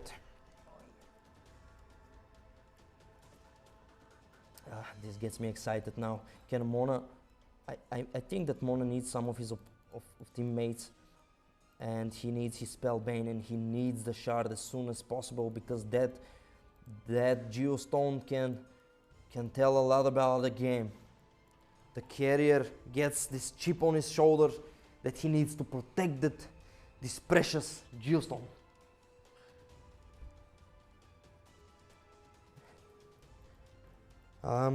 Now Gogman Gok is just standing here to scout the other Geo, but I'm not sure if he can escape with only level 3 Earth Crash, but he gets stunned in the middle of the map.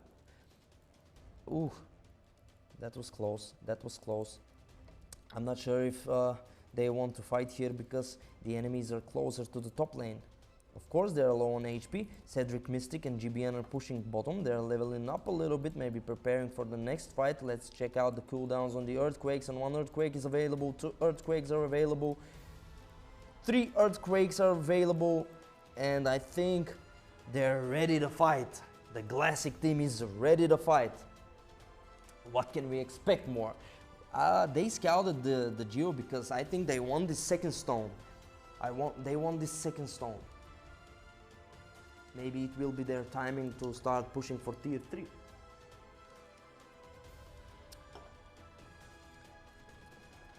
Now Shu and Trezik are always sticking up.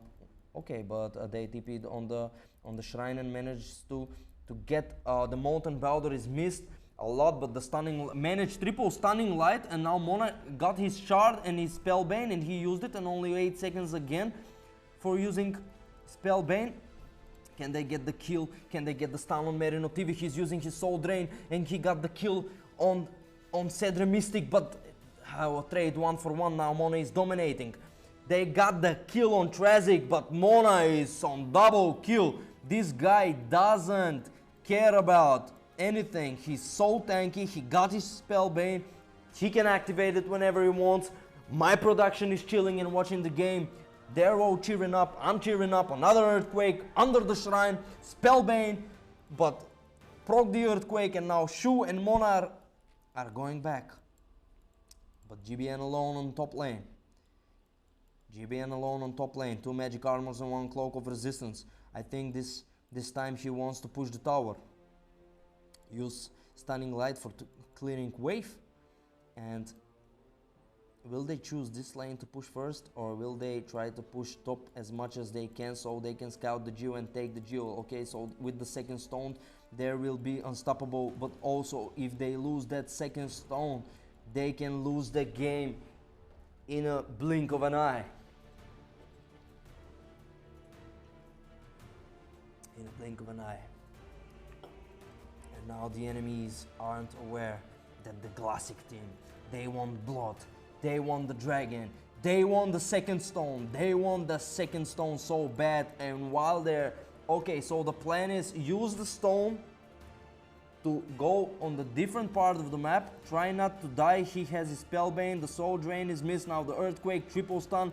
Their plane is going the way they want it, and now Divine Intervention and Tarzik will die, but Mona keeps on sticking by his plan. So the plan was, because they can see the Geo, they can see who carries the Geo, go onto the opposite side of the map.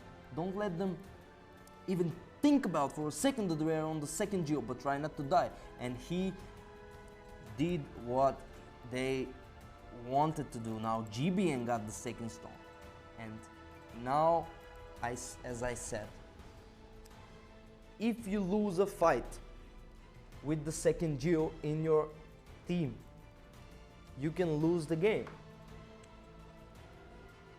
I think that if they lose the 2 stones, the game will go very bad for the Classics.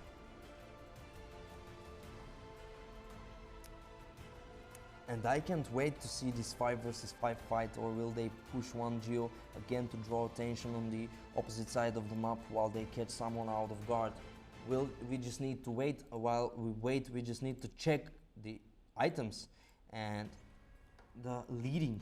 So Mona, GBN, and Marin of TV is close, but he cannot do much with this Gurlok. I think he's not even that tanky. They're attacking the shrine. Now Marin of TV is aware, but what can he do with only collision course? Maybe stun multiple opponents. Now GBN is coming. They have no blink to start the initiative attack, but they did what they wanted. Now they divide and conquer. Maybe they get their hands on Merino. Now he spec his Spellbane. Now Trezik is waiting. Now his Travik is waiting. And Earthquake, and Shu is on killing spree, and what is going on under the second tower in the mid, and GBN kill H2 Emperor, triple stun with stunning light. Trezik is alive, another stunning light followed up, and they got the kill on the Wrath. Now Merino TV is the only guy alive and maybe he can get the kill on Shu, but no, there are multiple stuns coming at his way and Mona is unstoppable on double kill. 5 for 1. Team wipe. Team wipe. Well played. Can they go tier 3? And did you guys see that chain heal? And it's only level 2. And now stunning light, but the spell Bane can withstand another spell, and Tragic healed again his opponents, and he's teleporting in the middle of the fight, and that was successful. And now this is the crucial part. If they, oh my god, but if they kill the both stones, now divine intervention.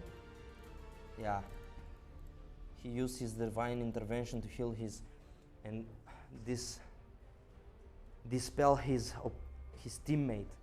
But I gotta give prop to the guy that used his teleport in the middle of the fight.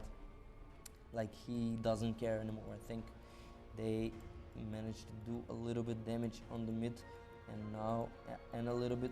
So both these lanes are vulnerable, but it was a risky play to leave the both stones like that in the enemy territory, because it can cost you the game.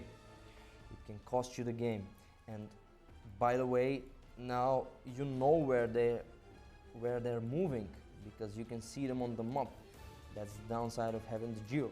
But now they will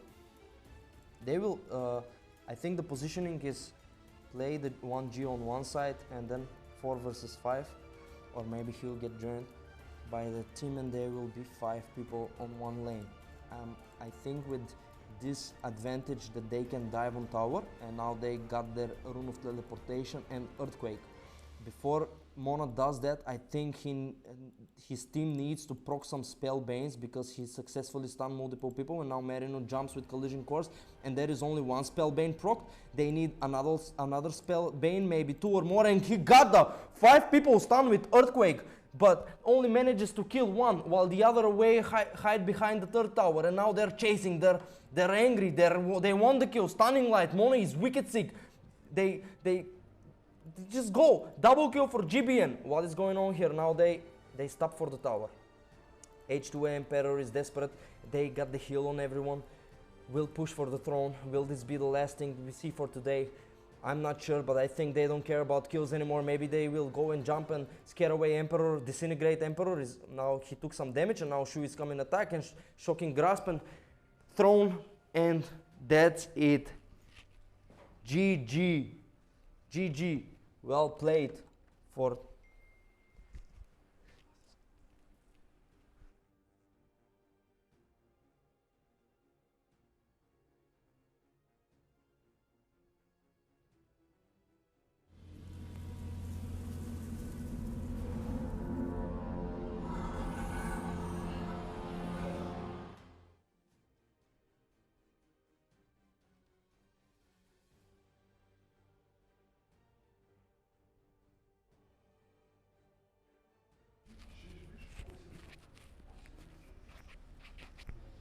And we're back,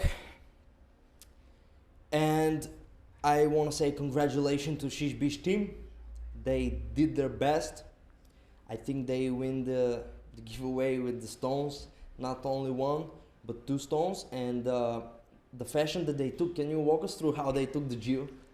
Of course, this fight was approximately by how I predicted it would be. I thought it would be exciting, an equal and a long fight, and it turned out to be that way. If I might say, firstly, this game had one of the most interesting fights around Geostone. Yeah. Do you agree?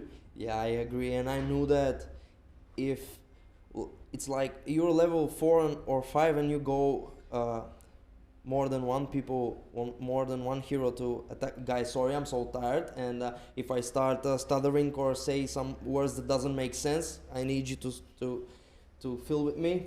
And they went 4 people. The Geo does his AoE damage. Yes. And they are being scattered, scouted, and chased by another yeah. team. I mean, it was just a pleasure to watch. When you play with the gambling, that's what you get. I think this game was a glimpse of the future of what we can expect from tomorrow game, from the semi-final and the final games.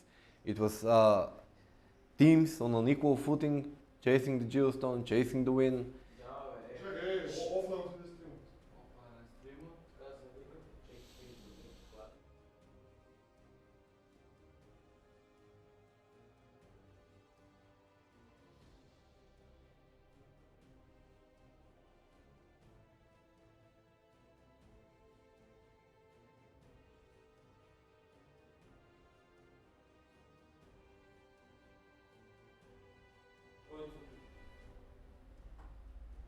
And we're back. We had a little bit of technical issues, and I'm sorry, but let's continue where we started. So we was talking about the Geo. You said that's the first Geo fight that was interesting enough Yes, to mention? today I think it was one of the most interesting, as the team that was first fighting it was chased out by the other team, and then they were chased out again. I mean, amazing. We just saw both teams on equal standing, fighting equally, chasing the win. And I don't know if it was cut off, but like I said before, this was a glimpse of the future, as we can what we can expect from tomorrow semi-final and final games. Teams coming for the win with statements and equal statements. The way that they secured the second Geo was they let when you have the Geo, the people can see you anywhere on the map, so they make, this is just my speculation, maybe it's not done on purpose, but I think it's like that. They put on the other side of the map the Geo carrier, and they went to take the Geo. Maybe that was the plan. Maybe I'm just speculating. Of course, we can expect that, because the Geostone is part of the mechanics in this game. It's a crucial part where you can just bamboozle enemy teams. Yeah. And but impressive win. Of course, and yes. Impressive loss. Both teams were really great, and we can expect a lot from them in the future. Yeah, let's talk about tomorrow a little bit before we sign off. That's the analyst. So, I think that the games tomorrow will be even greater. Yes, of course. Yeah. As we've seen today, we have some pretty serious teams who made a lot of statements today. That was, I would brand today as a statement day from the teams. They showed us that they have the quality, they have the experience, and they have the strategy figured out. I think I lost my voice a little bit. I mean, that's okay, you have a whole day to rest. I want to rewatch the game with the 3 Ranvirs. I want to see the brain, the mind behind that. I want to study that game and maybe make some content. That game also left a mark on me as well. It was one of the most interesting one by far, and probably we can expect from the production now to tell us the teams for tomorrow, who will fight who. Yeah, and I noticed I think this last game with the chain hill, when Miller was giving his prediction on the chain hill, he was reading the way the chain hill scales, and he said that it's not good to go level 4 chain hill because it costs more mana. The way you heal is just up by 20%. Of course, it's not worth it. I hope that the players listen while we talk, because sometimes we give good advice, opinions, tips. Yeah, so before we sign off for today, I just want to say thank you to everyone that participated today and made my day better. And I'm smiling since 5 hours ago. Every game was on point, every player was on point. Shout out again to Jose and his late arriving to the party and losing 2 times. And production wants us to say something. Yes, so we have the teams for tomorrow. You can go if you want. Okay. I'm chilling. Now for tomorrow, we have pot cheers against the Shish. and Okay, the Shisha are the guys that played less yes, and yes, won, right? they are playing the Okay, semifinals. Okay, I'm excited. That will be probably our first game. Okay. It's best of 3, Mhm. and then we have YGG against Mega Man. Oh. That will be a Yeah, very good game. Okay, every game will be good game. Yes, best of 3, both games, and then we go into the final. And I think we can. Do you want to make a bet? Who will play in the final and who will win? I can't. A small bet. It's not about the bet. It's I don't wanna. I don't wanna be wrong. I mean, all teams are strong. I mean, Okay, who we can played, just pick a okay, favorite. Okay, I'll play it again. Who played the Ramvirs? Who was the Ramvir?